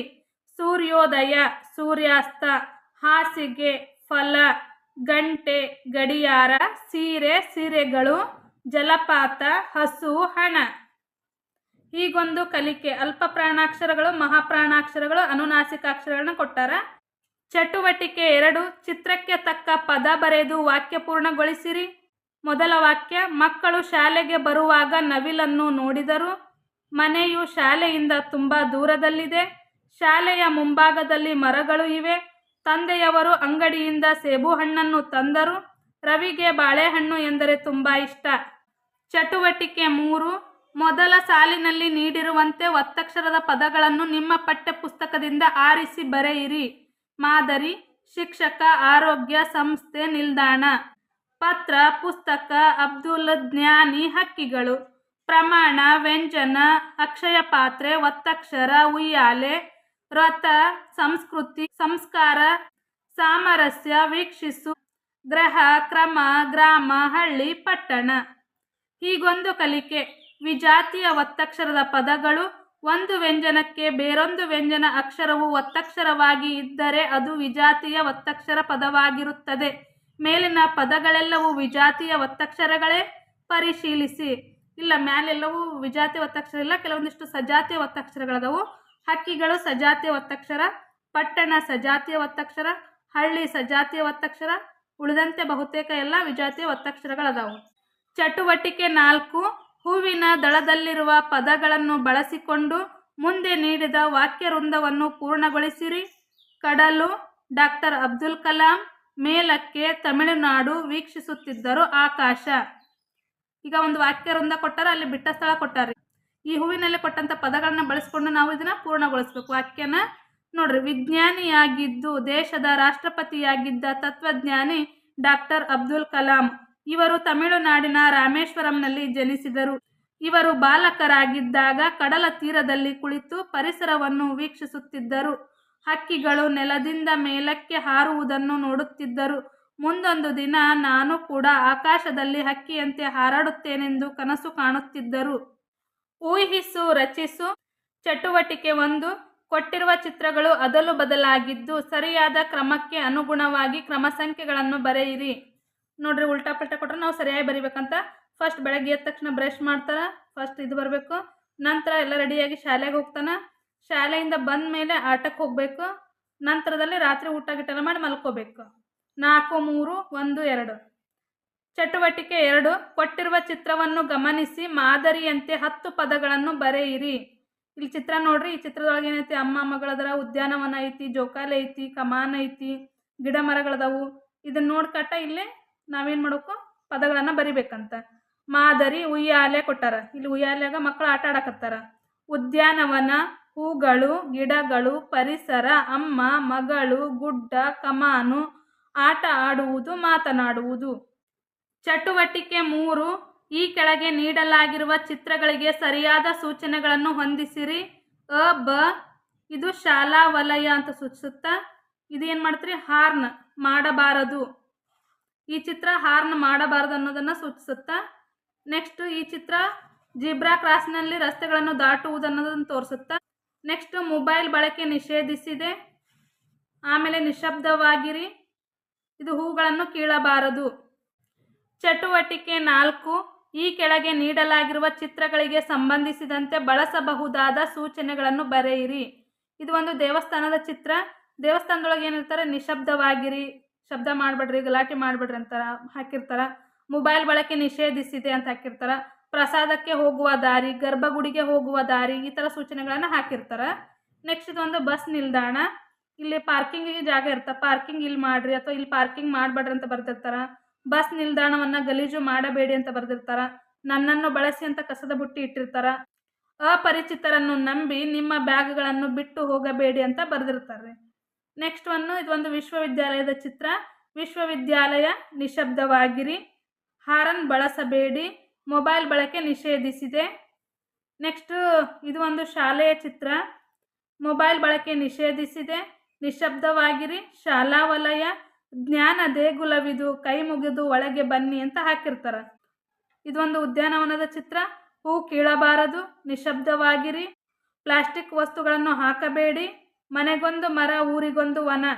ಮರುಸಿಂಚನ, ವಿದ್ಯಾರ್ಥಿ ಅಭ್ಯಾಸ ಪುಸ್ತಕ, ಬೆಂಬಲಿತ ಹಂತದ ಚಟುವಟಿಕೆಗಳು. ನನ್ನ ಅನಿಸಿಕೆ. ಚಟುವಟಿಕೆ 1, ನಿಮಗೆ ನೀಡಿರುವ ಚಿತ್ರಗಳಲ್ಲಿರುವ ಮಕ್ಕಳ ಈ ಒಳ್ಳೆಯ ಅಭ್ಯಾಸಗಳಿಗೆ ಬಣ್ಣ ತುಂಬಿರಿ. ಇಲ್ಲಿ ಮಕ್ಕಳ ಒಳ್ಳೆಯ ಅಭ್ಯಾಸಗಳದವು. ಈ ಮಕ್ಕಳ ಚಿತ್ರಕ್ಕೆ ಏನು ಮಾಡ್ರಿ, ಬಣ್ಣವನ್ನು ತುಂಬ್ರಿ ನೀವು. ಚಟುವಟಿಕೆ 2, ನೀವು ಬಣ್ಣ ಹಚ್ಚಿದ ಚಿತ್ರದಲ್ಲಿನ ಮಕ್ಕಳ ಒಳ್ಳೆಯ ಅಭ್ಯಾಸಗಳ ಬಗ್ಗೆ ಹೇಳಿಕೊಟ್ಟಿರುವ ಈ ವಾಕ್ಯಗಳನ್ನು ನಕಲು ಮಾಡಿ ಬರೆಯಿರಿ. ಮಕ್ಕಳು ಬೆಳಗ್ಗೆ ಬೇಗನೆ ಏಳಬೇಕು. ಇದು ಹೆಂಗೈತಿ ಹಿಂಗ ಬರಿಬೇಕ್ರಿ ಸೇಮ್. ದಿನಕ್ಕೆ ಲೀಟರ್ ನೀರು ಕುಡಿಯಬೇಕು. ಸಂತೋಷದ ನಡಿಗೆ ದೇಹಕ್ಕೆ ಆರೋಗ್ಯಕರ. ದೈಹಿಕ ಆಟಗಳು ದೇಹವನ್ನು ಸದೃಢಗೊಳಿಸುತ್ತವೆ. ಎಲ್ಲರೊಂದಿಗೂ ಸ್ನೇಹ ವಿಶ್ವಾಸದಿಂದ ವರ್ತಿಸಬೇಕು. ಇವನ್ನೆಲ್ಲ ಹೆಂಗದ ಹಂಗ ನಕಲು ಮಾಡಿ ಬರೀರಿ. ನೆಕ್ಸ್ಟ್ ಹೀಗೊಂದು ಕಲಿಕೆ.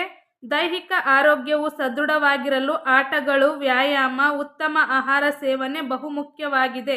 ಹಾಗೆಯೇ ಮಾನಸಿಕ ಆರೋಗ್ಯ ಉತ್ತಮವಾಗಿರಲು ಒಳ್ಳೆಯ ಸ್ನೇಹ, ಓದು, ಬರಹ, ಉತ್ತಮ ಚರ್ಚೆ, ಸಹಕಾರ ಮನೋಭಾವ ಅತಿ ಮುಖ್ಯವಾಗಿದೆ. ಚಟುವಟಿಕೆ 3, ಶಿಕ್ಷಕರ ಸಹಾಯದೊಂದಿಗೆ ಈ ಹಾಡನ್ನು ರಾಗಬದ್ಧವಾಗಿ ಹಾಡಿರಿ. ಕೊಟ್ಟಿರುವ ಚೌಕಗಳಲ್ಲಿನ ಸ್ವರಾಕ್ಷರಗಳನ್ನು ಬರೆಯಿರಿ. ಇಲ್ಲಿ ನೋಡ್ರಿ ಸ್ವರಾಕ್ಷರಗಳು ಅ, ಆ, ಇ, ಈ, ಉ, ರು, ಎ, ಐ, ಓ, ಔ, ಅಂ, ಅಹ. ಈ ಸ್ವರಾಕ್ಷರಗಳನ್ನು ಇಲ್ಲಿ ಬರೀರಿ ಅಂತ ಹೇಳ್ಯಾರ. ಇದನ್ನ ರಾಗಬದ್ಧವಾಗಿ ಹಾಡ್ರಿ ಅಂತ ಹೇಳ್ಯಾರ. ನೀವು ಹಾಡ್ರಿ ಶಾಲೆಯಲ್ಲಿ. ನೆಕ್ಸ್ಟ್ ಹೀಗೊಂದು ಕಲಿಕೆ. ಸ್ವರಗಳು. ಬೇರೆ ಅಕ್ಷರಗಳ ಸಹಾಯವಿಲ್ಲದೆ ಸ್ವತಂತ್ರವಾಗಿ ಉಚ್ಚರಿಸುವ ಅಕ್ಷರಗಳಿಗೆ ನಾವು ಸ್ವರಗಳಂತ ಕರಿತೀವಿ. ಒಟ್ಟು 13 ಸ್ವರಗಳದವು. ಅ ಇಂದ ಅವುವರೆಗಿನ ಅಕ್ಷರಗಳಿಗೆ ಸ್ವರಗಳಂತ ಕರಿತೀವಿ. ಯೋಗವಾಹಕಗಳು. ಮತ್ತೊಂದು ಅಕ್ಷರದ ಜೊತೆಯಲ್ಲಿ ಬಳಸುವ ಅಕ್ಷರಕ್ಕೆ ನಾವು ಯೋಗವಾಹಕ ಅಂತ ಕರಿತೀವಿ. ಅನುಸ್ವಾರ, ವಿಸರ್ಗ 2 ಯೋಗವಾಹಕಗಳದವು. ನೆಕ್ಸ್ಟ್ ವ್ಯಂಜನಗಳು 34 ಅದಾವ್ರಿ. ಸ್ವರಗಳ ಸಹಾಯದಿಂದ ಉಚ್ಚರಿಸುವ ಅಕ್ಷರಗಳಿಗೆ ನಾವು ವ್ಯಂಜನಗಳಂತ ಕರಿತೀವಿ. ಕ ಅಕ್ಷರದಿಂದ ಳ ಅಕ್ಷರದವರೆಗಿನ ಅಕ್ಷರಗಳಿಗೆ ನಾವು ವ್ಯಂಜನಗಳಂತ ಕರಿತೀವಿ. ಚಿತ್ರ, ಮಾತು. ಚಟುವಟಿಕೆ 1, ಕೊಟ್ಟಿರುವ ಚಿತ್ರ ಚೌಕಳಿಯ ಮೇಲೆ ಡೈಸ್ ಹಾಕುವುದು. ಡೈಸ್ ಬೀಳುವ ಚಿತ್ರದ ಬಗ್ಗೆ ನಿಮ್ಮ ಅಭಿಪ್ರಾಯಗಳನ್ನು ಹೇಳಿರಿ. ಇಲ್ಲೇ ಕೆಲವೊಂದಿಷ್ಟು ಚಿತ್ರ ಕೊಟ್ಟರಲ್ಲಿ ಡೈಸ್ ಹಾಕ್ಬೇಕ್ರಿ ನೀವು. ಯಾವ ಚಿತ್ರದ ಮೇಲೆ ಡೈಸ್ ಬೀಳುತ್ತಲ್ಲ ಆ ಚಿತ್ರದ ಬಗ್ಗೆ ನೀವು ನಿಮ್ಮ ಅನಿಸಿಕೆಗಳನ್ನು, ಅಭಿಪ್ರಾಯಗಳನ್ನು ವ್ಯಕ್ತಪಡಿಸ್ಬೇಕು, ಹೇಳಬೇಕು. ಚಟುವಟಿಕೆ 2, ಕೊಟ್ಟಿರುವ ಅಕ್ಷರ ಬಂಧದಲ್ಲಿ ಅಕ್ಷರಗಳನ್ನು ಜೋಡಿಸಿ ಪದ ರಚಿಸಿ. ಪ್ರತಿ ಪದದಲ್ಲೂ ವೃತ್ತದಲ್ಲಿರುವ ಜಾಗದಲ್ಲಿರುವ ಅಕ್ಷರವನ್ನು ಆರಿಸಿ ನೀಡಿರುವ ಚಿತ್ರಕ್ಕೆ ಸರಿ ಹೊಂದುವ ವಾಕ್ಯ ರಚಿಸಿ. ಇಲ್ಲಿ ಅಕ್ಷರಗಳನ್ನು ಉಲ್ಟಾ ಪಲ್ಟಾ ಕೊಟ್ಟರೆ ಇವನ್ನ ಸರಿಯಾಗಿ ಜೋಡಿಸಿ ನಾವೇನು ಮಾಡಬೇಕು, ಪದ ರಚನೆ ಮಾಡಬೇಕು. ಅರಮನೆ, ಕನ್ನಡ ಕಂದ, ರಂಗ ಸಮುದ್ರ, ದಸರಾ ಆನೆ, ಪಾಕ ಹೀರೋಣ, ಮನಸಿಂಚನ, ಬಸವನ ಹುಳು, ಪರಿಚಯ, ತಂಪಾದ ಗಾಳಿ, ಗಣೇಶ ಹಬ್ಬ. ಇಲ್ಲೇನು ವೃತ್ತ ಹಾಕಿರಲ್ಲ, ಈ ವೃತ್ತದಲ್ಲಿರ್ತಕ್ಕಂಥ ಅಕ್ಷರಗಳನ್ನು ಬಳಸಿ ಒಂದು ಪದವನ್ನು, ಒಂದು ವಾಕ್ಯವನ್ನು ಮಾಡ್ರಿ ಅಂತ ಹೇಳ್ಯಾರ. ಇಲ್ಲೈತೆ ನೋಡ್ರಿ ವಾಕ್ಯ. ಮಕರಂದ ಹೀನವ ಪತಂಗ. ಚಟುವಟಿಕೆ 3, ಕೊಟ್ಟಿರುವ ಪದ್ಯವನ್ನು ಶಿಕ್ಷಕರ ಸಹಾಯದಿಂದ ರಾಗವಾಗಿ ಹಾಡಿರಿ.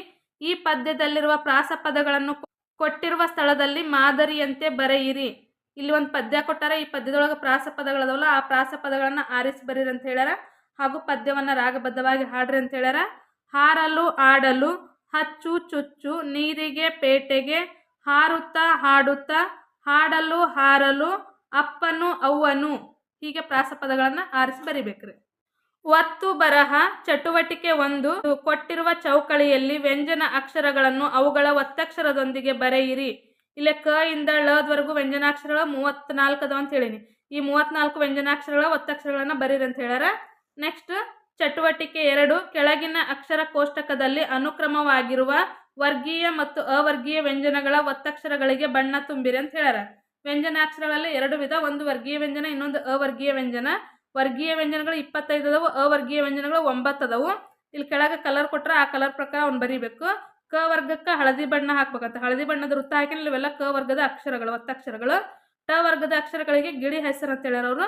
ಸ್ಕೈ ಬ್ಲೂ ಕಲರ್ ಹಾಕಿ ನೋಡ್ರಿ ನಾನು. ಟ ವರ್ಗದ ಅಕ್ಷರಗಳಿವು. ನೆಕ್ಸ್ಟ್ ಪ ವರ್ಗದ ಅಕ್ಷರಗಳಿಗೆ ಹಸಿರು ಬಣ್ಣ, ಹಸಿರು ಕಲರ್ ಹಾಕಿ ಇವು ಪ ವರ್ಗದ ಅಕ್ಷರಗಳ ಒತ್ತಕ್ಷರಗಳು. ನೆಕ್ಸ್ಟ್ ಚ ವರ್ಗಕ್ಕೆ ಕೇಸರಿ ಕಲರ್, ಚ ವರ್ಗಕ್ಕೆ ಕೇಸರಿ ಕಲರ್ ಹಾಕಿನಿ. ತ ವರ್ಗಕ್ಕೆ ತಿಳಿ ನೀಲಿ, ನೀಲಿ ಕಲರಿಂದ ಹಾಕಿರೋದು ತ ವರ್ಗದ ಒತ್ತಕ್ಷರಗಳು. ನೆಕ್ಸ್ಟ್ ಅವರ್ಗೀಯ ವ್ಯಂಜನಗಳಿಗೆ ಬೂದು ಬಣ್ಣ ಅಂದ್ರೆ ಅವರು ಚಾಕ್ಲೇಟ್ ಕಲರ್ ಹಾಕಿ ನೋಡ್ರಿ. ಇವೆಲ್ಲ ಚಾಕ್ಲೇಟ್ ಕಲರಿಂದ ಹಾಕಿದ್ವೆಲ್ಲವೂ ಅವರ್ಗೀಯ ವ್ಯಂಜನಗಳ ಒತ್ತಕ್ಷರಗಳು. 9 ಅವರ್ಗೀಯ ವ್ಯಂಜನಗಳು ಕಂಡು ಬರ್ತಾವ್ರಿ. ಚಟುವಟಿಕೆ 3 ಬಿಟ್ಟು ಹೋದ ಒತ್ತಕ್ಷರಗಳನ್ನು ಗುರುತಿಸಿ ವೃತ್ತ ಹಾಕಿ ಸರಿಯಾದ ಒತ್ತಕ್ಷರ ಪದವನ್ನು ಖಾಲಿ ಜಾಗದಲ್ಲಿ ಬರೆಯಿರಿ. ಅಮ್ಮ, ಇಲ್ಲೇ ಮದ ಒತ್ತಕ್ಷರ ಹೋಗೈತಿ, ಅಮ್ಮ. ಪುಸ್ತಕ, ತದ ಒತ್ತಕ್ಷರ ಪುಸ್ತಕ. ನ್ಯಾಯ ಆಗ್ಬೇಕು, ಯದ ಒತ್ತಕ್ಷರ ನ್ಯಾಯ. ಚರ್ಮ, ಅರ್ಕಾವತ್ತು. ಕಬಡ್ಡಿ, ಬದ್ವತ್ತು ಡದ್ವತ್ತು. ಬಿಜ್ಜಳ, ಜದ್ವತ್ತು. ಉದ್ಘಾಟನೆ, ಗದ್ವತ್ತು. ನೆಕ್ಸ್ಟ್ ಚಟುವಟಿಕೆ 4 ಮ್ಯೂಸಿಕ್ ವರ್ಡ್. ಶಿಕ್ಷಕರು ಕಪ್ಪು ಹಲಗೆಯ ಮೇಲೆ ಬರೆದಿರುವ ಪದಗಳಲ್ಲಿ ನಿಮಗಿಷ್ಟವಾದ ಯಾವುದಾದರೂ 6 ಪದಗಳನ್ನು ಕೊಟ್ಟಿರುವ ವೃತ್ತದ ಖಾಲಿ ಜಾಗದಲ್ಲಿ ಬರೆಯಿರಿ.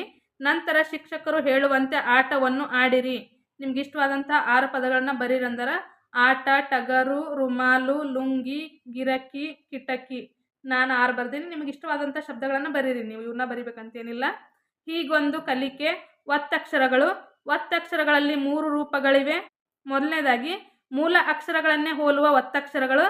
ಅಕ್ಷರ ಹೆಂಗಿರ್ತಾವ ಹಂಗ ಇರ್ತಾವಲ್ಲ, ಸೇಮ್ ಕದಂಗ ಐತಿಲ್ರಿ, ಅದು ಮೂಲ ಅಕ್ಷರವನ್ನು ಹೋಲುವಂಥ ಒತ್ತಕ್ಷರಗಳು. ತಲೆಕಟ್ಟಿಲ್ಲದ ಒತ್ತಕ್ಷರಗಳು ನೋಡ್ರಿ, ಕದ್ವತ್ತಿಗೆ ತಲೆಕಟ್ಟಿಲ್ಲ, ಗದ್ವತ್ತಿಗೆ ತಲೆಕಟ್ಟಿಲ್ಲ. ಮೂರನೇದಾಗಿ ಮೂಲ ಅಕ್ಷರಕ್ಕಿಂತ ಭಿನ್ನವಾಗಿರುವ ಅಕ್ಷರಗಳು ನೋಡ್ರಿ, ತನ ಬೇರೆ ಐತಿ, ಒತ್ತಕ್ಷರನ ಬೇರೆ ಐತಿ, ನನ ಬೇರೆ ಐತಿ, ಅದ್ರ ಒತ್ತಕ್ಷರನ ಬೇರೆ ಐತಿ. ಮೂಲ ಅಕ್ಷರ ಬಿಟ್ಟು ಬೇರೆ ಥರ ಇರ್ತಲ್ಲ, ಅದು ಕೂಡ ಒಂದು ಒತ್ತಕ್ಷರ. 3 ರೀತಿಯ ಒತ್ತಕ್ಷರಗಳನ್ನು ನಾವು ಕಾಣ್ತೀವಿ. ಸುದ್ದಿ ಮಾತು. ಚಟುವಟಿಕೆ 1 ಕೊಟ್ಟಿರುವ ದಿನಪತ್ರಿಕೆಯ ಹೆಸರು ಮತ್ತು ಅಲ್ಲಿನ ಪ್ರಮುಖ ಸುದ್ದಿಗಳನ್ನು ಓದಿರಿ. ಕನ್ನಡಪ್ರಭ. ಈ ಒಂದು ಕನ್ನಡಪ್ರಭ ಪತ್ರಿಕೆಯಲ್ಲಿರ್ತಕ್ಕಂಥ ಪ್ರಮುಖ ಸುದ್ದಿಗಳನ್ನು ನೀವು ಓದ್ಕೋರಿ. ಇಷ್ಟೆಲ್ಲ ಕೊಟ್ಟಾರ ನೋಡ್ರಿ ಪತ್ರಿಕೆಯಲ್ಲಿ. ಚಟುವಟಿಕೆ 2 ಕೊಟ್ಟಿರುವ ದಿನಪತ್ರಿಕೆಯಲ್ಲಿನ ಸುದ್ದಿಯಲ್ಲಿರುವ ನಿಮಗಿಷ್ಟವಾದ ಒತ್ತಕ್ಷರದಿಂದ ಕೂಡಿದ ಪದಗಳನ್ನು ಪಟ್ಟಿ ಮಾಡಿ ಬರೆಯಿರಿ ಅಂತ ಹೇಳ್ಯಾರ. ಕಾಂಗ್ರೆಸ್, ಪಟ್ಟಿ, ಸಾಧ್ಯತೆ, ಇಲ್ಲ, ರೇವಣ್ಣ, ಬಿಗಿಪಟ್ಟು, ತಜ್ಞರು, ವರುಣಕ್ಕೆ, ಗುಡ್ ಬೈ, ಹೈಕಮಾಂಡ್, ಒಪ್ಪಿತು, ಸ್ಪರ್ಧೆ, ಇನ್ನೂ ಮುಂತಾದ ಪದಗಳದಾವು. ನಿಮಗೆ ಇಷ್ಟವಾದ ಪದಗಳನ್ನ ಇನ್ನೂ ಹೆಚ್ಚಿಗೆ ಬರೀರಿ ನೀವು.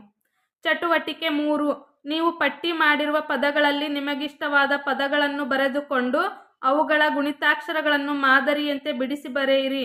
ನೋಡ್ರಿ, ಈಗ ಸಜ್ಜನ, ಸ ಪ್ಲಸ್ ಅ ಸ, ಜ ಪ್ಲಸ್ ಜ ಪ್ಲಸ್ ಅ ಝ, ನ ಪ್ಲಸ್ ಅ ನ.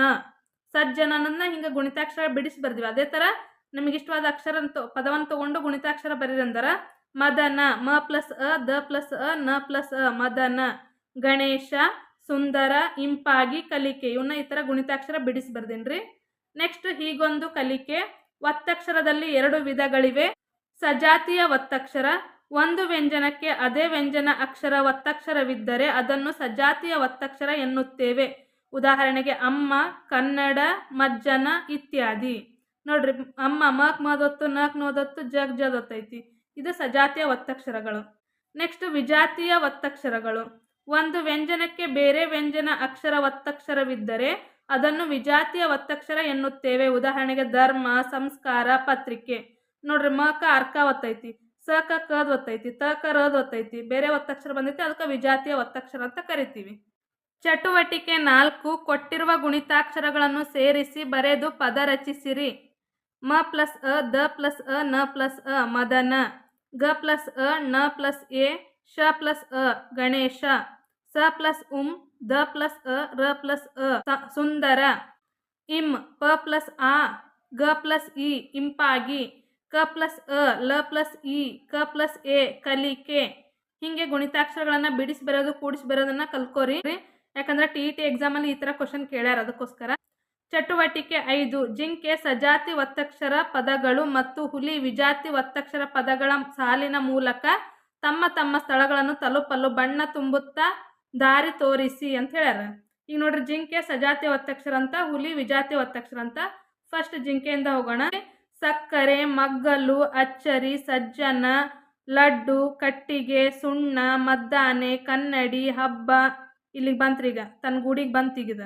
ನೆಕ್ಸ್ಟ್ ಒನ್ ಹುಲಿ ವಿಜಾತಿ ಒತ್ತಕ್ಷರ ಅಂದರ ಚಂದ್ರ, ವಿಜ್ಞಾನ, ಚಿತ್ರ, ವಾಕ್ಯ, ಸ್ವಚ್ಛ, ಕಾರ್ಯ, ಅಲ್ಪ, ನೈದಿಲೆ, ಅನ್ವೇಷಣೆ, ಶಿಕ್ಷಣ, ಪ್ಲಾಸ್ಟಿಕ್, ವಿಶ್ವ. ಇದು ಗುಹೆಯನ್ನು ಸೇರುತ್ರಿ. ಈಗ ಹೀಗೊಂದು ಕಲಿಕೆ. ಕನ್ನಡ ವರ್ಣಮಾಲೆಯಲ್ಲಿ ಒಟ್ಟು 49 ಅಕ್ಷರಗಳಿವೆ. ಸ್ವರಗಳು 13, ಅದರಲ್ಲಿ 6 ರಸ್ವಸ್ವರ, 7 ದೀರ್ಘಸ್ವರ.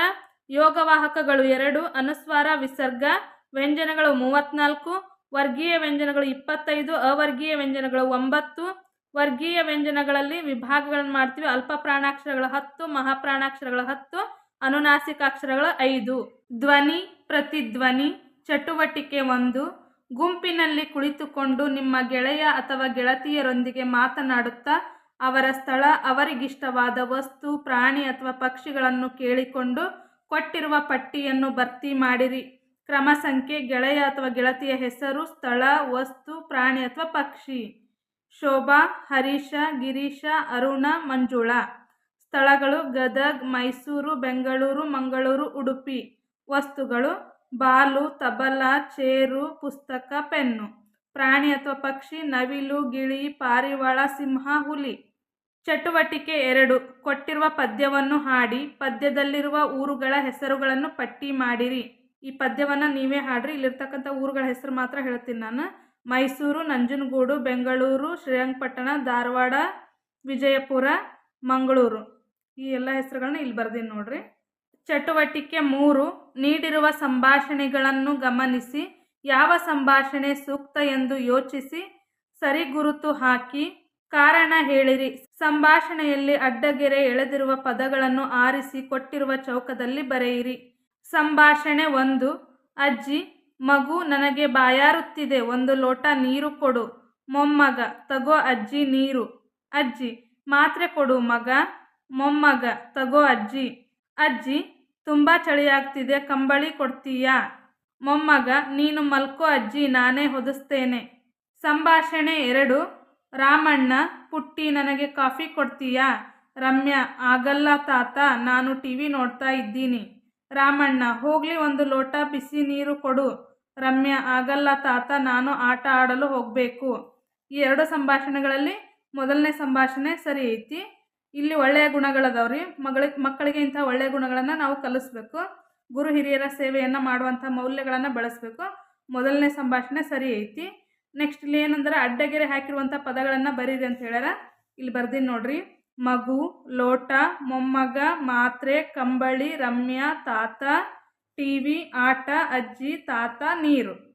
ಚಟುವಟಿಕೆ 4. ನೀಡಿರುವ ಚಿತ್ರದಲ್ಲಿ ನಿಮ್ಮ ಹೆಸರು, ನಿಮ್ಮ ಕುಟುಂಬದವರ ಹೆಸರು, ನಿಮ್ಮ ಊರು, ನಿಮಗಿಷ್ಟವಾದ ಊರು ಹಾಗೂ ತರಗತಿ ಕೊಠಡಿಯ ಒಳಗೆ ಹೊರಗೆ ಕಾಣುವ ವಸ್ತುಗಳ ಹೆಸರುಗಳನ್ನು ಬರೆಯಿರಿ.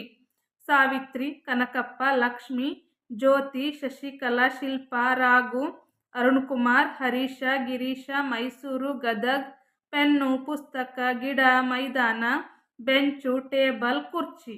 ಹೀಗೊಂದು ಕಲಿಕೆ. ಯಾವುದೇ ವ್ಯಕ್ತಿ, ವಸ್ತು, ಸ್ಥಳ, ಪ್ರಾಣಿ, ಪಕ್ಷಿ ಇತ್ಯಾದಿಗಳನ್ನು ಸೂಚಿಸುವ ಪದಗಳೇ ನಾಮಪದ ಎನ್ನುವರು. ನಾಮಪದಗಳನ್ನು ಹಲವು ವಿಧಗಳಾಗಿ ವಿಭಾಗಿಸುತ್ತೇವೆ. ವಸ್ತುವಾಚಕ ನಾಮಪದ, ಇದರಲ್ಲಿ ಮತ್ತೆ 3 ವಿಧಗಳು ಬರ್ತಾವೆ. ರೂಢನಾಮ, ಅಂಕಿತನಾಮ, ಅನ್ವರ್ಥನಾಮ. ಎರಡನೇದ್ದು ಗುಣವಾಚಕಗಳು, ಪರಿಮಾಣವಾಚಕಗಳು, ದಿಗ್ವಾಚಕಗಳು, ಸಂಖ್ಯಾವಾಚಕಗಳು, ಸಂಖ್ಯೆಯ ವಾಚಕಗಳು. ಆಲಿಸು, ಪ್ರಶ್ನಿಸು. ಚಟುವಟಿಕೆ 1. ಕೊಟ್ಟಿರುವ ಕಥೆಯನ್ನು ಓದಿ ನೀಡಿರುವ ಪ್ರಶ್ನೆಗಳಿಗೆ ಉತ್ತರ ಬರೆಯಿರಿ. ಈ ಒಂದು ಕಥೆಯನ್ನು ಓದ್ಕೊಂಡು ಕೆಳಗಡೆ ಪ್ರಶ್ನೆಗಳನ್ನು ಕೊಟ್ಟಾರ, ಆ ಪ್ರಶ್ನೆಗಳಿಗೆ ಉತ್ತರವನ್ನು ಬರೀರಿ ಅಂತ ಹೇಳ್ಯಾರ. ಕಥೆನ ನೀವೇ ಓದ್ಕೋರಿ, ನಾನು ಪ್ರಶ್ನೆಗೆ ಉತ್ತರ ಮಾತ್ರ ಹೇಳ್ತೀನಿ. ಮೊದಲ ಪ್ರಶ್ನೆ: ದೋಣಿಯನ್ನು ನಡೆಸುತ್ತಿದ್ದವನು ಅಂಬಿಗ, ಅಂಬಿಗನನ್ನು ಮುದಲಿಸುತ್ತಿದ್ದವನು ಪಂಡಿತ. ಎಲ್ಲ ವಿದ್ಯೆಗಳ ಜೊತೆಗೆ ಕಷ್ಟಕ್ಕಾಗುವ ವಿದ್ಯೆಯನ್ನು ಕಲಿಯಬೇಕು. ದೋಣಿ ನೀರಿನ ಮೇಲೆ ಚಲಿಸುತ್ತದೆ. ಸಂಸ್ಕೃತ ಶ್ಲೋಕ ಗೊತ್ತಿಲ್ಲದೆ ಇದ್ದುದರಿಂದ 25 ಭಾಗ ಜೀವನ ವ್ಯರ್ಥ. ಚಟುವಟಿಕೆ 2. ಕೆಳಗಿನ ವಾಕ್ಯಗಳಲ್ಲಿ ಗೆರೆ ಎಳೆದ ಪದಗಳನ್ನು ಆಯಾ ನಿಗದಿತ ಸ್ಥಳದಲ್ಲಿ ಬರೆಯಿರಿ.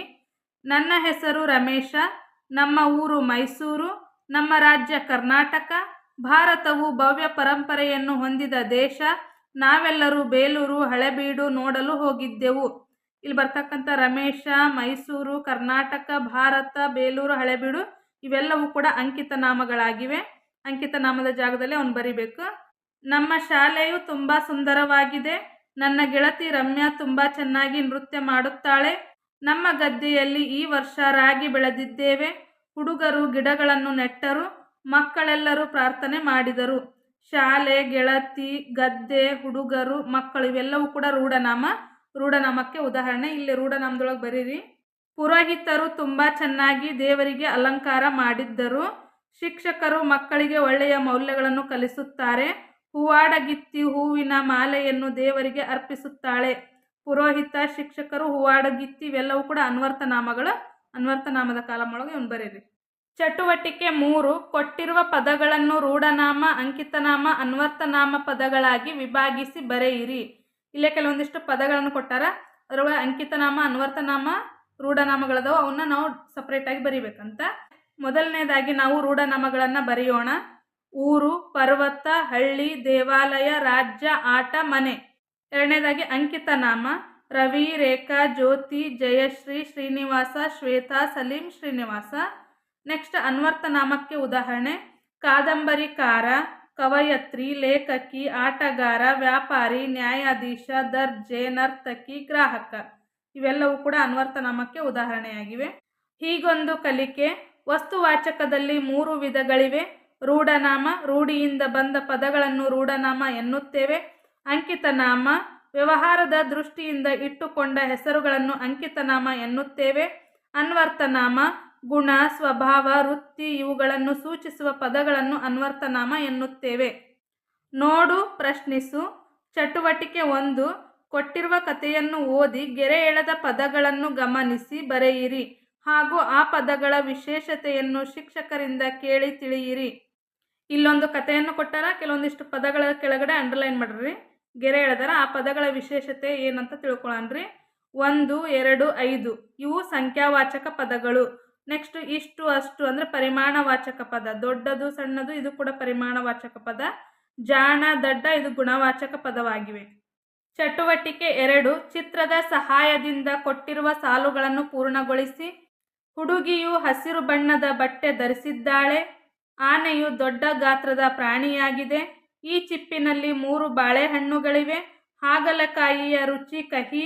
ಕೋಗಿಲೆಯು ಇಂಪಾಗಿ ಕೂಗುತ್ತದೆ. ಚಟುವಟಿಕೆ 3. 1 ಮತ್ತು 2ನೇ ಚಟುವಟಿಕೆಗಳಲ್ಲಿ ನೀವು ಪಟ್ಟಿ ಮಾಡಿರುವ ಪದಗಳ ವಿಶೇಷತೆ ಸರಿಹೊಂದುವ ಗುಂಪಿನಲ್ಲಿ ಬರೆಯಿರಿ. ಗುಣವನ್ನು ಸೂಚಿಸುವ ಪದಗಳು ಕಹಿ, ಇಂಪಾಗಿ. ಸಂಖ್ಯೆಯನ್ನು ಸೂಚಿಸುವ ಪದ 3. ಅಳತೆಯನ್ನು ಸೂಚಿಸುವ ಪದ ದೊಡ್ಡದು. ನೆಕ್ಸ್ಟ್ ಹೀಗೊಂದು ಕಲಿಕೆ. ಗುಣವಾಚಕ, ಗುಣ, ಬಣ್ಣ ಇವುಗಳನ್ನು ಸೂಚಿಸುವ ಪದಗಳೇ ಗುಣವಾಚಕಗಳು. ಸಂಖ್ಯಾವಾಚಕ, ಸಂಖ್ಯೆಗಳನ್ನು ಅಕ್ಷರಗಳಲ್ಲಿ ಬರೆದಾಗ ಅದೇ ಸಂಖ್ಯಾವಾಚಕ. ಸಂಖ್ಯೇಯವಾಚಕ, ಎಷ್ಟನೆಯದು ಎಂಬುದನ್ನು ಸೂಚಿಸುವ ಪದಗಳೇ ಸಂಖ್ಯೇಯವಾಚಕಗಳು. ಪರಿಮಾಣವಾಚಕ, ಅಳತೆಗಳನ್ನು ಸೂಚಿಸುವ ಪದಗಳೇ ಪರಿಮಾಣವಾಚಕಗಳು. ಚಟುವಟಿಕೆ 4. ಕೊಟ್ಟಿರುವ ಚಿತ್ರ ಗಮನಿಸಿ ಅವರಿಬ್ಬರ ನಡುವೆ ನಡೆಯಬಹುದಾದ ಸಂಭಾಷಣೆಗಳನ್ನು ಊಹಿಸಿ ಬರೆಯಿರಿ. ಸಿರಿ, ಹಾಯ್ ಗಿರಿ, ಹೇಗಿದ್ದೀಯಾ? ಗಿರಿ, ಚೆನ್ನಾಗಿದ್ದೇನೆ ಸಿರಿ, ನೀನು ಹೇಗಿದ್ದೀಯಾ? ಸಿರಿ, ನಾನು ಚೆನ್ನಾಗಿದ್ದೇನೆ. ಮನೆಯಲ್ಲಿ ಎಲ್ಲರೂ ಹೇಗಿದ್ದಾರೆ? ಗಿರಿ, ಎಲ್ಲರೂ ಚೆನ್ನಾಗಿದ್ದಾರೆ. ನಿಮ್ಮ ಮನೆಯಲ್ಲಿ ಹೇಗಿದ್ದಾರೆ? ಸಿರಿ, ಎಲ್ಲರೂ ಚೆನ್ನಾಗಿದ್ದಾರೆ. ಯಾವಾಗ ಬಂದೆ ಊರಿಂದ? ಗಿರಿ, ನಿನ್ನೆ ಬಂದೆ. ನೀನು? ಸಿರಿ, ನಾನು ಇವತ್ತು ಬಂದೆ. ಗಿರಿ, ಹೇಗಿದೆ ನಿನ್ನ ಶಾಲೆ, ನಿನ್ನ ಅಭ್ಯಾಸ? ಸಿರಿ, ನನ್ನ ಶಾಲೆ ತುಂಬ ಚೆನ್ನಾಗಿದೆ. ನನ್ನ ಅಭ್ಯಾಸವೂ ಕೂಡ ಚೆನ್ನಾಗಿ ನಡೆಯುತ್ತಿದೆ. ನಿನ್ನ ಶಾಲೆ ಮತ್ತು ಅಭ್ಯಾಸ ಹೇಗಿದೆ? ಗಿರಿ, ನನ್ನ ಶಾಲೆ ಮತ್ತು ಅಭ್ಯಾಸ ಎರಡೂ ಚೆನ್ನಾಗಿ ನಡೆಯುತ್ತಿದೆ. ಆದರೆ? ಸಿರಿ, ಆದರೆ ಏನು ಗಿರಿ?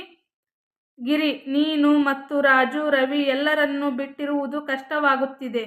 ಸಿರಿ, ನನಗೂ ಹಾಗೆ ಆಗುತ್ತಿದೆ. ಬೆಂಬಲಿತ ಕಲಿಕಾ ಹಂತ 13. ವಾಕ್ಯ ರಚನೆ.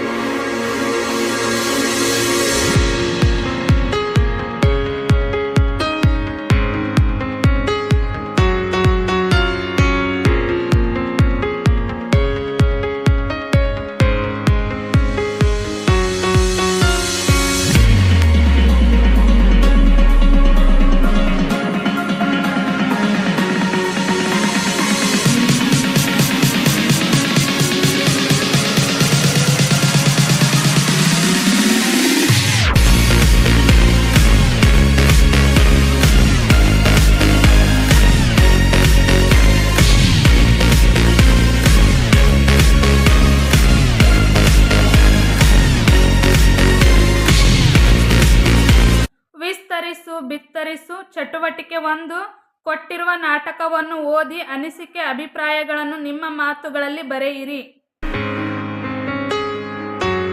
ನಾಟಕವನ್ನು ಓದ್ಕೊಂಡು ಇದಕ್ಕೆ ಸಂಬಂಧಪಟ್ಟಂತ ಅನಿಸಿಕೆ ಅಭಿಪ್ರಾಯಗಳನ್ನ ಬರಿಬೇಕಂತ್ರಿ.